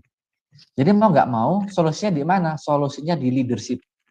Leadership owner bagaimana, leadership manager bagaimana, atau leadership kepala store-nya ya, dan semua sampai ke level bawah, leadership-nya harus benar-benar dibenahi. Terutama implementasi value-value di perusahaan tersebut atau organisasi tersebut. Jadi memang gitu, Mas. Tim harus dikumpulin. Kalau kami treatmentnya dulu seminggu sekali, pasti ada yang namanya ngumpul. Kita tuh ngumpul, kalau bahasanya Scrum tuh namanya retrospektif. Jadi retrospektif itu kita ngomong apa adanya sesama tim. Jangan sampai ada dusta di antara kita. Pokoknya dikumpulin, kita di sini fokusnya sama. Kita di sini punya visi, misi yang sama. Kita punya value, kita punya budaya yang sama. Jadi kalau itu sudah disamakan, memang itu butuh waktu, Mas. Kalau nggak salah saya dulu 4 bulan itu. Dan nanti kalau memang ada tim yang nggak nyaman, itu otomatis akan terdegradasi sendiri, akan hilang sendiri. Jadi saya itu dari 37 orang, tinggal 2 orang yang bertahan, Mas. Bayangin, Mas. Gimana caranya satu bisnis yang sudah jalan, 37 orang tinggal 2 orang. Ya ternyata yang 2 orang inilah yang memang kedepannya akan jadi leader-leader kita.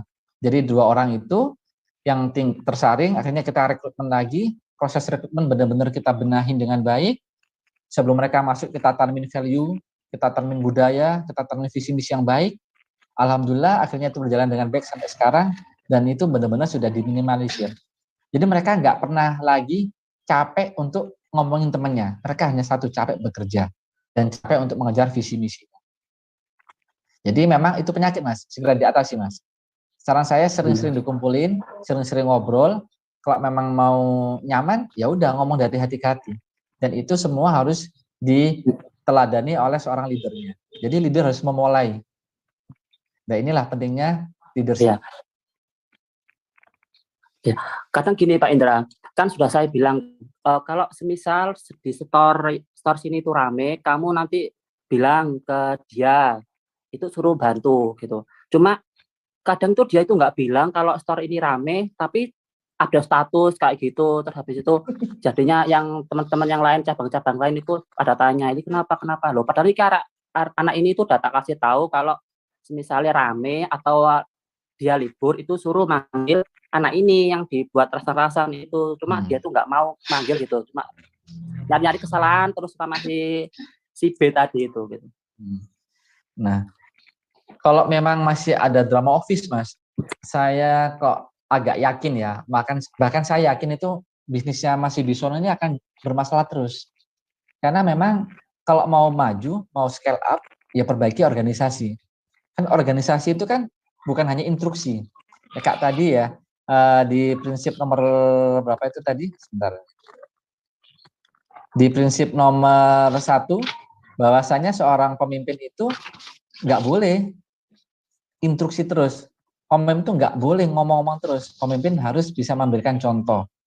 Nah, di suatu organisasi bisnis, kalau misalnya kita sebagai pemimpin selalu ngomonginnya itu lewat mulut, nggak ada inisiatif dari tim, itu nggak akan pernah bisa maju bisnisnya mas, atau organisasinya.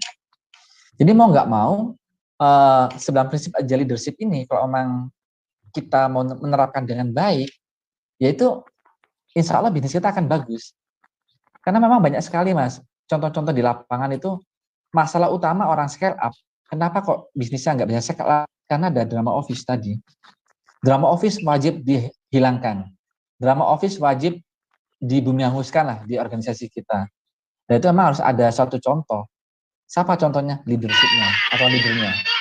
Kalau leader sudah memberikan suatu contoh, leader sudah mengurangi instruksi, mengurangi perintah, itu bisa dikatakan indikasinya sudah mulai bagus.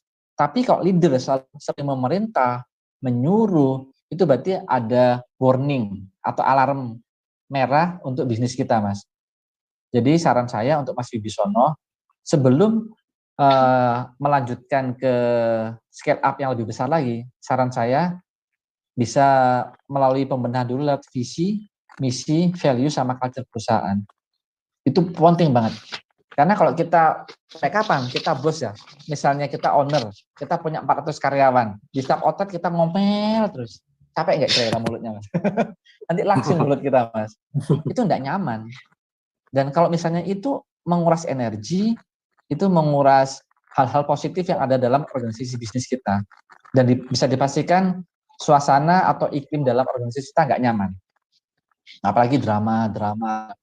Kalau aman Ya, itu kan seakan-akan itu ingin merebut posisi gitu loh, ingin merebut posisi jabatan gitu, saling menjatuhkan, itu enggak, sebenarnya aku juga enggak enak gitu, enggak suka gitu apa caranya seperti itu.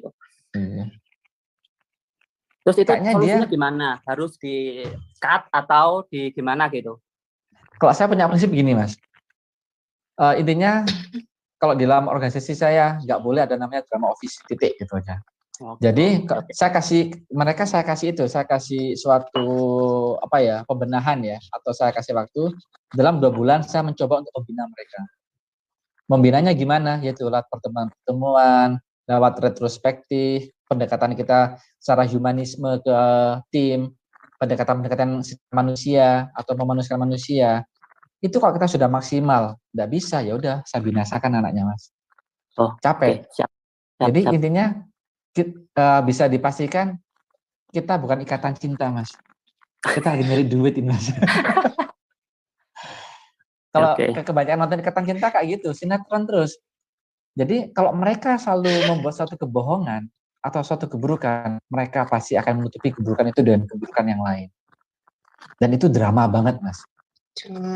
Selama ada drama di dalam kita, berarti ada dusta di antara kita. Koncoannya mas.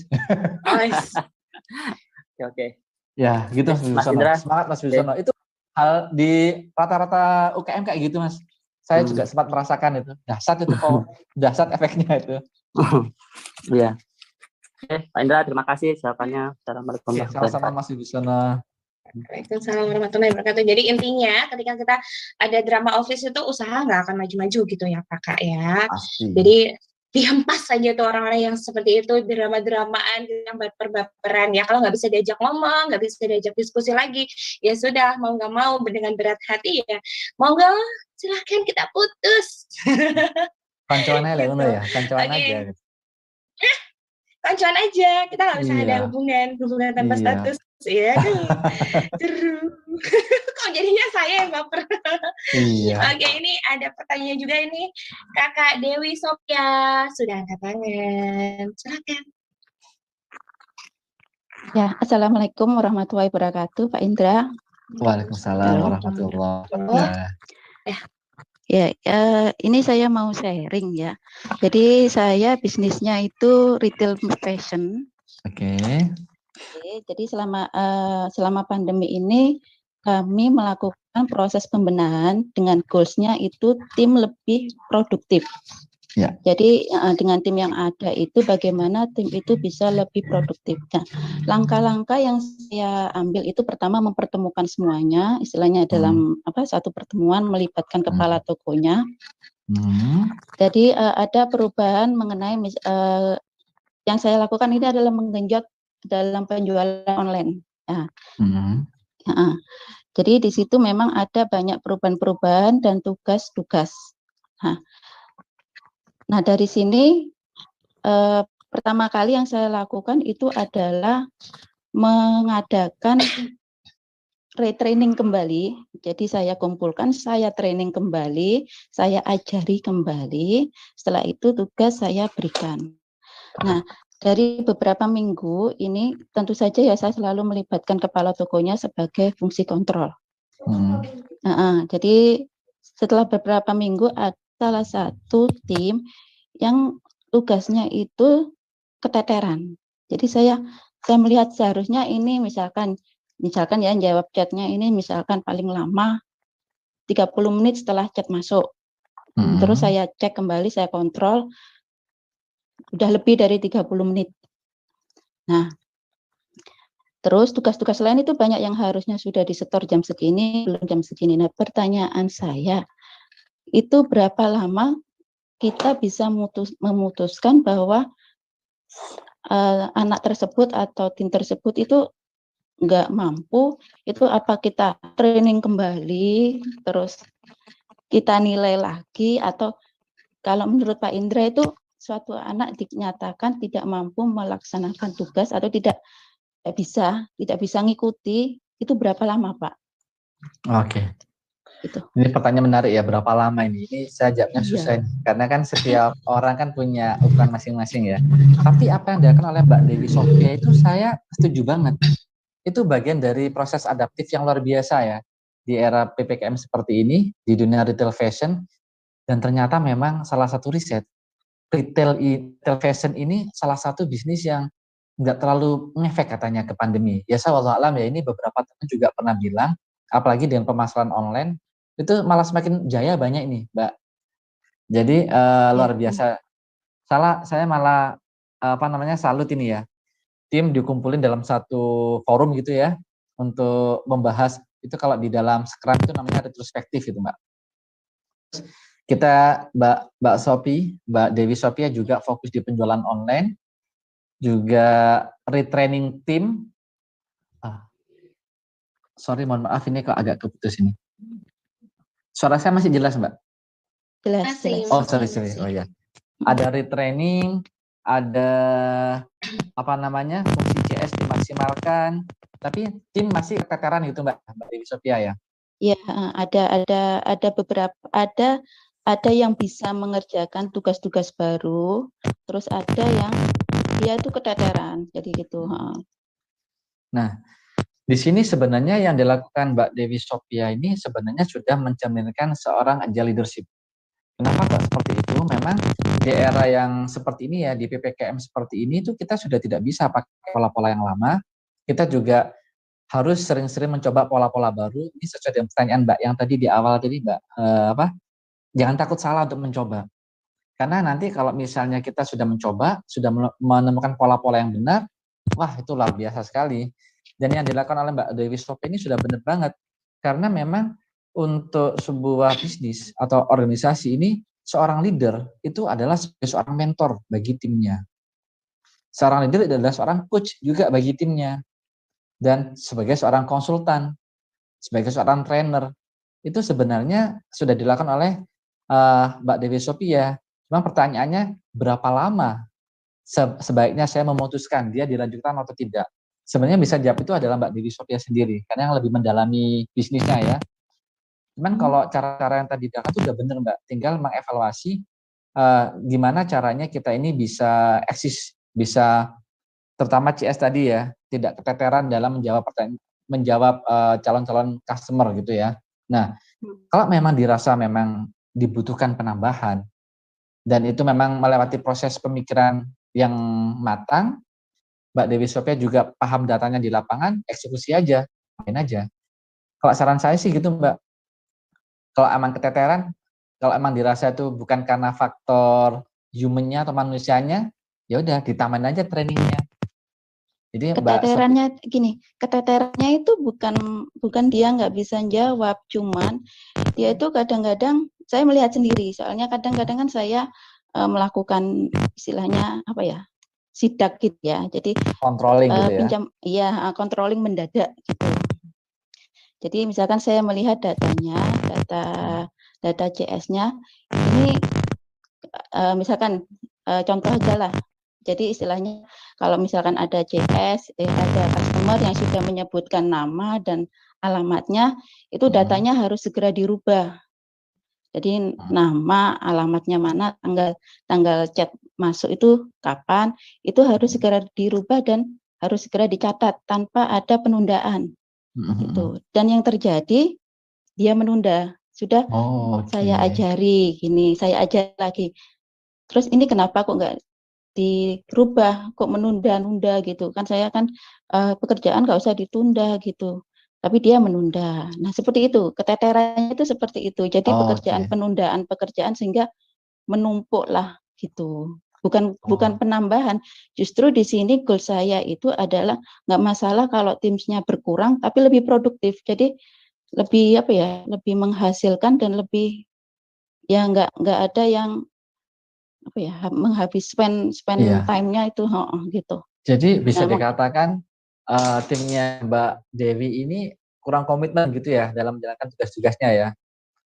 Atau kurang komitmen apa dia nggak mampu gitu loh Pak. Kan kadang-kadang kan ada yang dia nggak mampu tapi mau, atau dia nggak mampu atau gimana gitu Pak. Jadi maksud saya misalkan untuk menangani ini, apakah saya di training kembali atau ya udah saya nilai, saya ajar dikit, tapi kalau dia dinilai terus setelah itu ya udah diputusin kamu nggak mampu atau kayak gitu, apa harus saya nunggu berapa lama lagi gitu.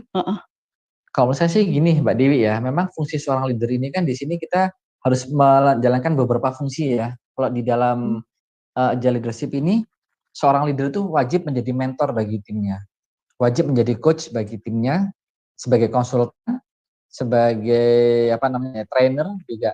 Nah, kalau sudah itu dilakukan dengan baik oleh Mbak Dewi, tapi dia tetap seperti itu, mohon maaf ya, istilahnya lelet gitu ya, atau letoy gitu ya anaknya ya. Kalau emang dirasa nggak bisa berkembang, nggak bisa dikembangin, ganti aja Mbak. Karena memang fungsi-fungsi leader sebagai seorang mentor, coach, atau konsultan itu sangat penting sekali. Kalau sudah kita lakukan dengan baik, mereka penyerapannya belum bisa, ya udah ganti aja yang cari yang lain. Karena itu cukup menghambat. Tapi kalau memang kelemahannya dia memang keilmuan, Mbak, keilmuannya dia memang belum mumpuni, saran saya diajari lagi yang lebih intens. Tapi kalau memang motivasinya dia yang kurang bagus dan nggak bisa dikembangkan lagi, segera cari orang lain aja, Mbak. Jadi nggak harus nunggu berapa lama, ada waktu. Oh mungkin 1 bulan lagi diperpanjang kayak gitu, diajari lagi, diperpanjang lagi gitu Pak. Nggak harus. Kalau gitu. menurut saya itu nanti malah menjadi beban di perusahaannya Mbak Dewi ya gitu ya. Saya khawatir nanti sampai PPKM level 36 tetap aja kayak gitu nanti ya. Jadi saran saya sih fungsi-fungsi leader ini udah kita jalankan dengan baik, tapi memang dianya yang nggak bisa diajak jalan bareng, ya udah ditinggal aja. Saran saya sih gitu. Kalau masalahnya motivasi memang agak berat, tapi kalau masalahnya skill itu masih bisa diajari Mbak. Jadi gitu. Mungkin Mbak Dewi yang bisa mendalami bisa menilai sendiri itu nanti. Iya. Terus tadi kan Bapak kan di perusahaan Bapak kan setiap timnya sudah punya jiwa agile ya Pak ya. Agile leader. Ya. Agile leadership. Itu membentuk jiwa agile leadership. Tahapan Bapak yang Bapak lakukan itu apa Pak? Tahapannya itu sesuai yang tadi yang saya share tadi. Tahapan pertama itu saya ke tim ini selalu memberikan contoh teladan. Saya bukan karakter orang yang suka merintah-merintah. Sekarang loh Mbak ya. Kok dulu ya? Dulu saya tuh pemerintah, suka merintah-merintah. Kalau sekarang enggak. Jadi sebelum mereka itu saya kasih instruksi atau saya kasih perintah, saya tuh selalu melakukan dulu. Kalau memang syukur-syukur saya bisa melakukan bareng tim. Itu lebih luar biasa sekali. Jadi memang di sini ada suatu makna bahwasanya, oh leaderku juga mau turun kok. Leaderku juga istilahnya memahami konteks-konteks ini. dan leaderku juga mau belajar. Jadi memang kalau katanya Mbak Doni itu ya, ada satu prinsip begini Mbak. Yen anak buah telo, bose luwe telo. Mbak. Paham maksudnya ya, analoginya ya. Yen anak buah telo, bose luwe telo. Yen anak buah pinter, bose luwe pinter. Jadi itu analogi seperti itu memang benar sekali menurut saya. Kalau kita lihat suatu tim, perusahaan ya, dalam satu organisasi atau perusahaan, timnya itu telo-telo ya. Telo itu tanda kutip ya. Maaf ya, misalnya lelet atau bodoh kasarnya ya. Itu bisa direpresentasikan bahwa bosnya seperti itu, Mbak. Itu memang saya pegang banget. Oh, ini kok ada ya, organisasinya kecil, lincah, cekatan, satset, buat-buat, ternyata memang bosnya pinter. Ada juga organisasi yang lemah banget.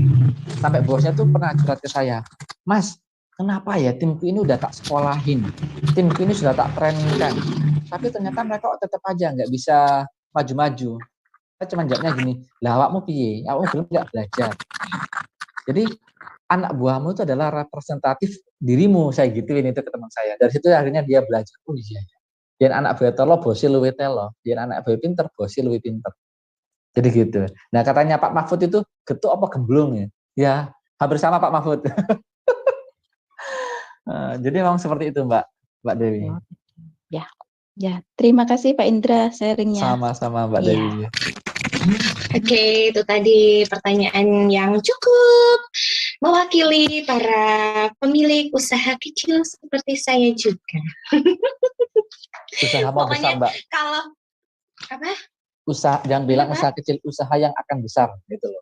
Usaha mau besar. Iya, sorry. Kecil aja Harus kecil terus, diubah kan? ya. Ya, harus diubah. Perkataan itu adalah doa, jadi kita harus mengubah juga, mulai dari kepemimpinannya juga, mungkin ucapannya juga harus diubah. Begitu Kakak, terima kasih Betul atas sekali. koreksinya. betul sekali Mbak.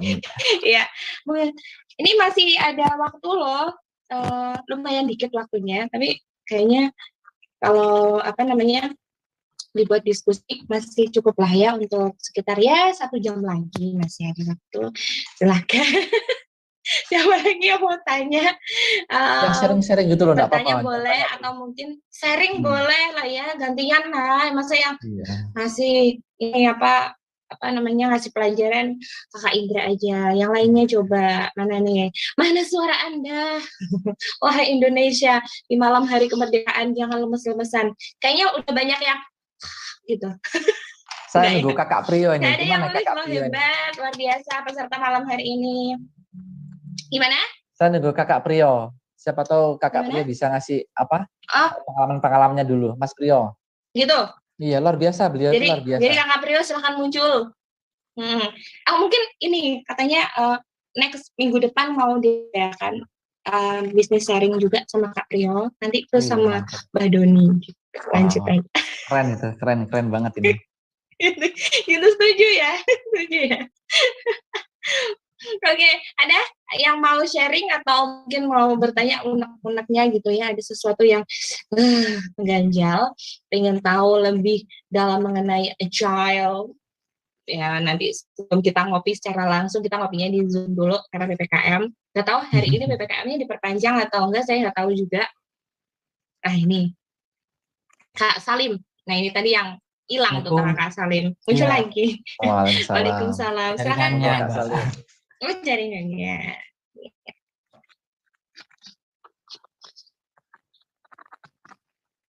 Silakan. Jaringannya kata dari error. Ya, Pak mau tanya, kan saya punya tim kecil. Nah, dari yang Bapak jelasin tadi, udah sebagian yang udah saya terapin, tapi kayak apa ya, untuk bisanya saya, alhamdulillahnya mereka pada bisa kompak gitu kan. Tapi masalahnya gini, gimana ya caranya biar pada bisa kasih feedback gitu loh. Kalau tak saat ya kok putus-putus suaranya. Error. Like ya. Bentar, tak ganti jaringan. Hilang enggak ya? Jangan naik genteng Mas Salim ya, nanti jatuh malam-malam. Apa? Jangan naik ke genteng Iya. malam-malam. Hati-hati ada lampor juga nanti di sana. Iya. Mungkin HP-nya ditaruh di luar, Mas Salim di dalam gitu bisa? Putus-putus. Oh enggak, udah. Udah Kakak.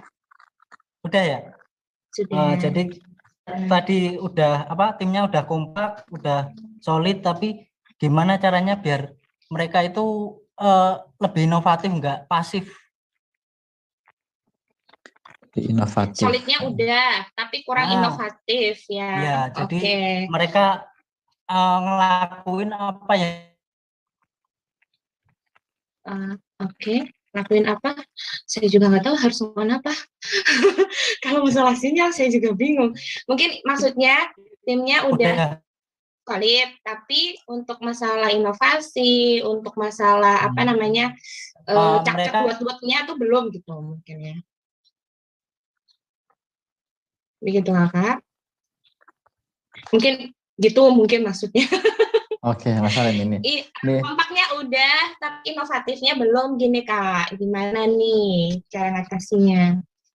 Nah, jadi gini Mas Salim ya, kalau mengenai inovatif itu sebenarnya ada di ranah pembelajaran ya. Jadi kalau saran saya punya tim yang sudah cak-cek buat satset, tapi kenapa kok mereka kurang inovatif? Ya udah disuruh aja belajar. Karena inovatif itu adalah bagian dari keilmuan. Bagian dari keilmuan yang ada hubungannya dengan kekinian Mas Salim. Inovatif itu kan contohnya aja ya Kak, kuliner ya. Bakso itu kan dari dulu kan bulat, sekarang ada namanya bakso lava, ada yang namanya bakso beranak, ada yang namanya bakso apapun, mercon dan lain-lain. Jadi memang inovatif ini memang harus banyak referensi. Nggak bisa kalau kita nggak banyak referensi. Itu sesuai dengan prinsip nomor 2 tadi, bahwasanya pembelajaran itu wajib. Jadi mau nggak mau seorang leader, siapapun leader ya, kita tuh adalah semua leader di sini. Jadi pembelajaran itu wajib. Kita juga harus nyari referensi yang banyak juga. Terus kedua, supaya mereka inisiatif, jangan lupa tumbuhkan motivasi-motivasi di dalam tim. Jadi ternyata tim kita itu, kerjasama kita itu memang ada suatu motivasi. Nah, motivasi ini kan setiap orang berbeda kadang Mas Salim. Jadi jangan sampai Mas Salim ini menyamakan motivasi satu orang dengan orang yang lain. Karena bisa jadi itu malah jadi blunder. Jadi saran saya Mas Salim kalau memang menganut prinsip agile leadership, yaitu harus dekat sama tim, bangun kedekatan emosional, ketahui apa motivasinya. Setelah motivasinya mereka atau Mas Salim sudah tahu motivasinya, kalau bisa wujudkan keinginannya dia. Jadi itu salah satu hal yang membuat mereka inisiatif. Ini ada satu contoh juga Mas Salim.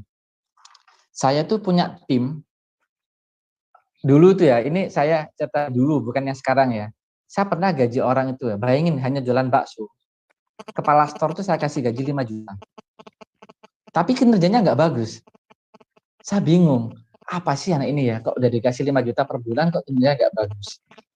Suatu saat saya buka cabang lagi dengan tim yang saya kasih gaji karena dia tamatan SMA, kalau yang tadi itu tamatan S1. Dia udah punya pengalaman. Kalau yang satunya dia nggak punya pengalaman. Saya kasih gaji 1,6 untuk awal-awal dia dia gabung dengan kita. Ternyata outlet yang bagus itu adalah saat dipimpin oleh orang yang gajinya 1,6. Dan yang 5 juta, padahal bayangkan ya 5 juta tahun 2016 itu menurut saya itu lumayan besar. Dia hanya karena dia punya pengalaman gitu, tapi kenyataannya di lapangan dia masih kalah dengan orang yang gajinya 1,6. Setelah saya tanyain motivasi 1,6 kenapa kok dia bisa maju, kok dia bisa unggul daripada yang gaji 5 juta. Ternyata, Pak, saya punya motivasi, yang penting Bapak bisa mendengarkan apa yang saya sampaikan, Bapak bisa melaksanakan apa yang saya usulkan, saya sudah bahagia, Pak. Nah, dari situlah saya berpikir, oh ternyata motivasi itu bukan hanya uang. Mereka kita kasih feedback, atau mereka kita dengarkan apa usul-usulannya, mereka udah senang juga. Makanya dari situ saya banyak belajar untuk menumbuhkan inisiatif, menumbuhkan motivasi, tidak melulu dengan uang, Mas Salim. Dengan cara kita berleadership itu juga bisa. Jadi seperti itu. Banyak caranya. Oke. Ya benar.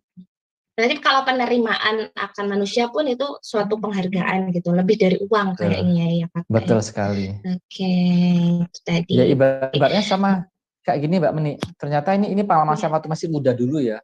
Perempuan itu ternyata kalau dikasih makan tok kadang nggak mau. Jujur ini mohon maaf ini pengalaman saya masa lalu ya. Kalau misalnya saya sama pasangan saya, ayo makan yuk. Nggak Mas, sudah kenyang. Dan terus kamu ngapain? Mas di sini aja dengerin aku ngomong. Gitu aja sudah seneng. Ya enak dong jadi cowok gitu. Ya ternyata itu saya implementasikan di bisnis saya juga seperti itu. Ternyata pada dasarnya manusia itu ingin diapresiasi. Pada dasarnya manusia ingin dihargai. Jadi dan bentuk penghargaan itu tidak harus dengan uang atau dengan materi. Cukup dengan perhatian pun udah bagus gitu seperti itu. Dan di kerjaan sama juga ternyata. Makanya di dalam prinsip agile leadership ini menguangke uang itu juga seperti itu. Memanusiakan manusia itu kita harus memahami esensi manusia itu. Kenapa manusia itu mau bergabung dengan perusahaan kita? Ternyata nggak hanya uang. Jawabannya seperti itu. Nah, gitu Mas Salim dan Mbak Meni dan teman-teman. Oke, jadi memanusiakan manusia itu memang yang terpenting ya di agile leadership ini. Sekali lagi ingat penerimaan akan manusia itu juga ternyata sangat memberikan motivasi tersendiri untuk tim kita gitu. Jadi kalau misalkan sering didengerin, sering diperhatikan, kayak gitu lebih dapat feel-nya gitu ya Kakak daripada dikasih duit aja gitu. Betul. Dikasih kasih sayang, kasih sayang. Ya, gini Mbak, ini untuk apa teman-teman juga ya. Kalau kita pakai agile itu tidak transaksional lagi. Semuanya adalah dari hati ke hati. Jadi beberapa teman-teman di sini yang praktisi agile itu memang memastikan bahwasanya bisnis kita ini adalah bukan transaksional. Kita rekrut orang bukan karena transaksional, tapi karena kita punya jiwa yang sama. Jadi seperti itu. Jadi nanti pada saatnya, iya ada chemistry yang luar biasa. Pada saatnya organisasi yang kita bangun ini, kalau memang tim kita tuh hanya membutuhkan duit atau transaksional, itu kalau misalnya dia nggak dapat apa yang diinginkan, otomatis dia akan hilang. Tapi nggak khawatir, ternyata masih banyak manusia tuh yang nggak seperti itu. Gitu. Iya, benar. Kadang-kadang kan ada manusia yang memang prinsipnya aku pokoknya dapat duit ya udah gitu. Ya. Tapi belum nggak pakai awet biasanya. Hatinya. Gitu. Betul. Iya benar. Tapi memang benar sih itu kenyataan yang hanya aku duitnya aja gitu kayaknya nggak awet. Gitu. Oke, sebelum mungkin satu lagi pertanyaannya yang pendek tapi bermakna, silahkan kita kasih waktu 5 menit lagi sebelum kita menutup acara di malam hari ini. Silahkan ada selesai nggak selesai dikumpulkan anak. Ini kayaknya ngantuk semuanya. Halo, besok kan libur ya. Besok upacara saya, Mbak. Oh, upacara? Iya, kan warga negara yang baik. Oh gitu, di mana? Di rumah, lewat Zoom. Iya. Atasnya pakai seragam, bawahnya pakai celana pendek boxer, oke lah, nggak masalah. Itu pengalaman pribadi gitu, Mbak Meni kayaknya. Oh iya, ya seperti itu. Silakan, masih ada waktu sebentar, 5 menit aja. Silakan, gunakan waktu 5 menit ini ya. Baru 5 menit, aku jumpa dia. Kok lain rasanya gitu. Nah, mana tahu 5 menit ini waktu kita ngobrol sama Kak Indra jadi membuat usaha kita jadi lain rasanya, lebih lebih hidup lagi ya. Ini tadi juga ada yang chat ya. Siapa aja, mungkin kita lihat yang chat aja dulu. PPP-nya apakah di-share nanti? Nanti kita tunggu ada informasi lebih lanjut. Ini ada pertanyaan tadi. Boleh nggak langsung belajar ke Malang ke sebelumnya langsung Coach Indra dari boleh nggak silaturahmi langsung ke sana? Boleh banget. Gitu. Boleh nggak dolen ke sana? Kita jangan belajar ya, sharing-sharing lah ya. Kok belajar tuh gimana gitu ya. Malah di ya, nanti kita datengin langsung suhunya. Kita datengin ke istananya Mbah Doni ya, Istana Mendut. Candi Mendut itu istilahnya base camp kita. Agile leadership, business agility itu di sana. Jadi kalau memang mau pengen belajar benar-benar intens ya Mbah Doni pakarnya. Mbak saya mah muridnya Mbah Doni nih Mbak. Cucu murid malah. Cucu muridnya aja udah luar biasa, apalagi mbah-mbahnya gitu kan. Aduh, kalau mbahnya tuh lebih luar biasa ini. Nah, Silakan ini Mbak, harus silakan. digandakan nih Kalau ke Malang minggu mau depan. sharing-sharing boleh, silakan. Boleh ya. Oke, ini tadi Nanti pertanyaan mengenai udah dijawab. PowerPoint Udah, boleh nggak di-share ada Mbak. pertanyaan lagi? Mengenai Boleh PowerPoint ya, boleh boleh di-share. ya, di-share ya. Heeh. Tadi sudah saya Ini nih, ada kasihkan ke pertanyaan. Mas Heri. Dari, oh, udah ya. Baik. Kakak, satu lagi pertanyaan boleh ya? Boleh, silakan. Dari siapa ini? Dari Rizky Novip ya, ada tidak implementasi agile pada suatu project IT? Oke. Implementasi. Iya, ada banget. Malah sebenarnya pakarnya Agile ini kan orang IT. Jadi Mbah Doni ini pakar IT. Jadi beliau itu pakai sebelum Agile ini kita kan framework Scrum ya. Scrum itu kan pada dasarnya dipakai orang-orang IT gitu loh. Setelah itu diimplementasikan ke beberapa bisnis-bisnis UKM. Ternyata masuk juga. Jadi pada dasarnya ada di IT itu ada. Malah induknya itu malah di IT. Di tahun-tahun 2000-an awal tuh malah IT dulu yang pakai untuk Scrum-nya. Scrum ini ya. Iya. Dulu itu nyambung banget Jadi dengan memang, IT. oh gitu. Jadi memang basicnya ke arah situ gitu ya. Bukan Betul. social reality tapi virtual reality. Berarti kalau di situasi pandemi kayak gini sangat bermanfaat. Gitu. Iya. Jadi Agile itu kita itu bisa menghemat semuanya. Agile itu kita bisa lebih efisien dalam segala hal. Dan kita sedikit cerita ya. Dulu sebelum kita implementasi Scrum, Mbak, satu orang itu satu keahlian atau satu kompetensi. Tapi dengan adanya Agile ini, satu orang itu bisa multi kompetensi, Mbak. Bisa multi talent atau multi role. Jadi kalau teman-teman Agile leadership ini atau business agility diaplikasikan di dalam suasana seperti ini cocok banget. Jadi kita tuh nggak perlu banyak-banyak orang, efisien. Jadi gitu. Itu yang saya rasakan. Harus gitu sih, Mbak. sering undang Kakak Indra ya. Harus sering undang Kak Indra, Mbak Doni, Mas Priyo kayak gitu ya. Untuk ngejawab pendalamannya. Monggo, silahkan. Dengan senang hati. Karena kayaknya cocok nih di era virtual reality seperti ini ya, yang kita nggak bisa langsung face to face, langsung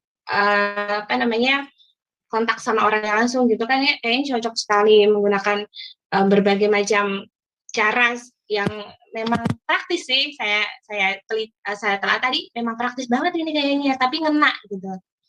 Oke, mungkin next minggu depan kita balik lagi ketemu, bisa? Boleh, insya Allah. Kalau katanya Ari Lasso tuh gini, Mbak, sentuhlah dia tepat di hatinya, jadi milikmu selamanya. Itu benar banget. Asik. Coba sih gimana lagunya, Mbak? Saya lupa itu lagunya. Maaf, saya nggak bisa nyanyi, Pak. Nggak bisa nyanyi ya. Jadi memang Saya agility hanya harus menyentuh announcer. sisi kemanusiaannya. Sisi manusia wajib disentuh di situ. Karena apapun bisnis kita, jadi tren kita ya, apapun bisnis kita, itu bisnis kita mengelola manusia. Whatever your business, pasti kita ketemu dengan manusia. Jadi mau nggak mau kita harus mengelola manusia dengan baik. Jadi seperti itu. Iya. Mungkin itu waktunya jam berapa sih? Oh, masih jam 9. Tapi sudah di ini Mbak, kayaknya harus harus di closing. Iya, terima kasih deh kalau gitu. Kakak Indra, sebenarnya kita pengen tanya-tanya lebih banyak, kita pengen dengerin sharingnya Kak Indra lebih banyak lagi, cuman karena keterbatasan waktu, tempat, dan juga paketan data, ya mau nggak mau kita harus pamit. Siap, harus pamit undur diri dulu, tapi kita semuanya mengucapkan terima kasih. Semoga ilmu yang sudah dibagikan di malam hari ini mengenai agile leadership ini bisa membuat kita semakin semangat, semakin semakin tumbuh berkembang usahanya, dan tentunya membawa manfaat untuk banyak orang juga. Semoga juga Kakak Indra dengan bisnisnya semakin luar biasa dan sering-sering memberikan kita ilmu-ilmunya ya, hasil dari belajar sekian lama. Boleh nanti di sharing-sharing. Sesekali boleh ngetek secara langsung nanti kalau PPKM sudah selesai dan COVID-nya sudah berlalu. Silakan. Semoga dipertemukan. Amin. Oke. Sekali lagi terima kasih. Jadi untuk malam hari ini teman-teman semuanya ya, yang ikutan acara sharing bisnis bersama Kakak Indra Permana ya, mengenai 9 prinsip agile leadership. Kita bisa ngambil kesimpulan bahwa apapun usaha kita, yang pastinya kita akan berhubungan dengan manusia. Dan mari kita belajar untuk memanusiakan manusia, karena itu adalah kunci suksesan ya. Lebih banyak mau menerima masukan, mau memberikan contoh kepada tim, dan tentunya mari kita bersama-sama belajar untuk mengelola diri kita dan juga tim kita. Memanusiakan manusia tidak ada salahnya. Itu semakin menambah sahaja dan wibawa kita juga ya. Oke, mungkin seperti itu acara malam hari ini. Terima kasih, mohon maaf atas kekurangannya. Sekali lagi kita ucapkan terima kasih untuk semua sponsorship yang sudah mendukung acara ini. Boleh ya kita sebutkan lagi. Terima kasih untuk desain promosi, ada orlinindonesia.co.id, ada Ariana Hani, ada Arsikon Arsitek, Azwa Rumah Busana, ada Azia Soro, Raja Gonya Pacul dan Tumpang, ada Meni Junior Foods, ada Joko Cheese, Wibi Besono, Jajan Kita, Akikah Bunaya, PNN Pearl, ada PT Jala Artaland, GNR Performance, ada mukediri.id, ada Tusnesia, ada wirausaha media.com, FPK, Sakapun, ada buku digitalku dari PT Margo Mitrojoyo, ada Bupin juga dari PT Margo Mitrojoyo, dan Tobacco Konaah Kari. Terima kasih semuanya yang sudah berperan luar biasa. Semoga malam hari ini menjadi berkah untuk kita semuanya. Sekali lagi selamat memperingati Hari Kemerdekaan Republik Indonesia NKRI. Harga mati, tetap jaga kesehatan selalu, tetap patuhi protokol kesehatan juga. Dan saya selaku moderator dan tim dari TDA Kediri yang sudah mengadakan acara ini, mohon maaf jika ada salah-salah kata, jika banyak kekurangan. Semoga kita masih diberi kesempatan untuk berjumpa lagi di kelas-kelas bisnis yang luar biasa. Salam sukses selalu ya untuk kita semuanya. Wassalamualaikum warahmatullahi wabarakatuh. Waalaikumsalam warahmatullahi wabarakatuh. Makasih Mbak Meni, makasih semuanya. Kak Indra.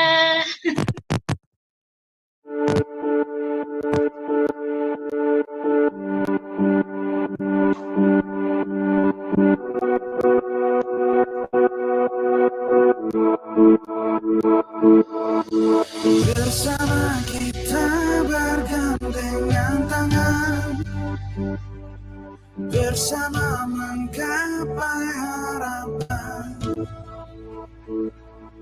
bersama hadapi perubahan, lewati segala rintangan. Kolaborasi, satukan visi, kolaborasi untuk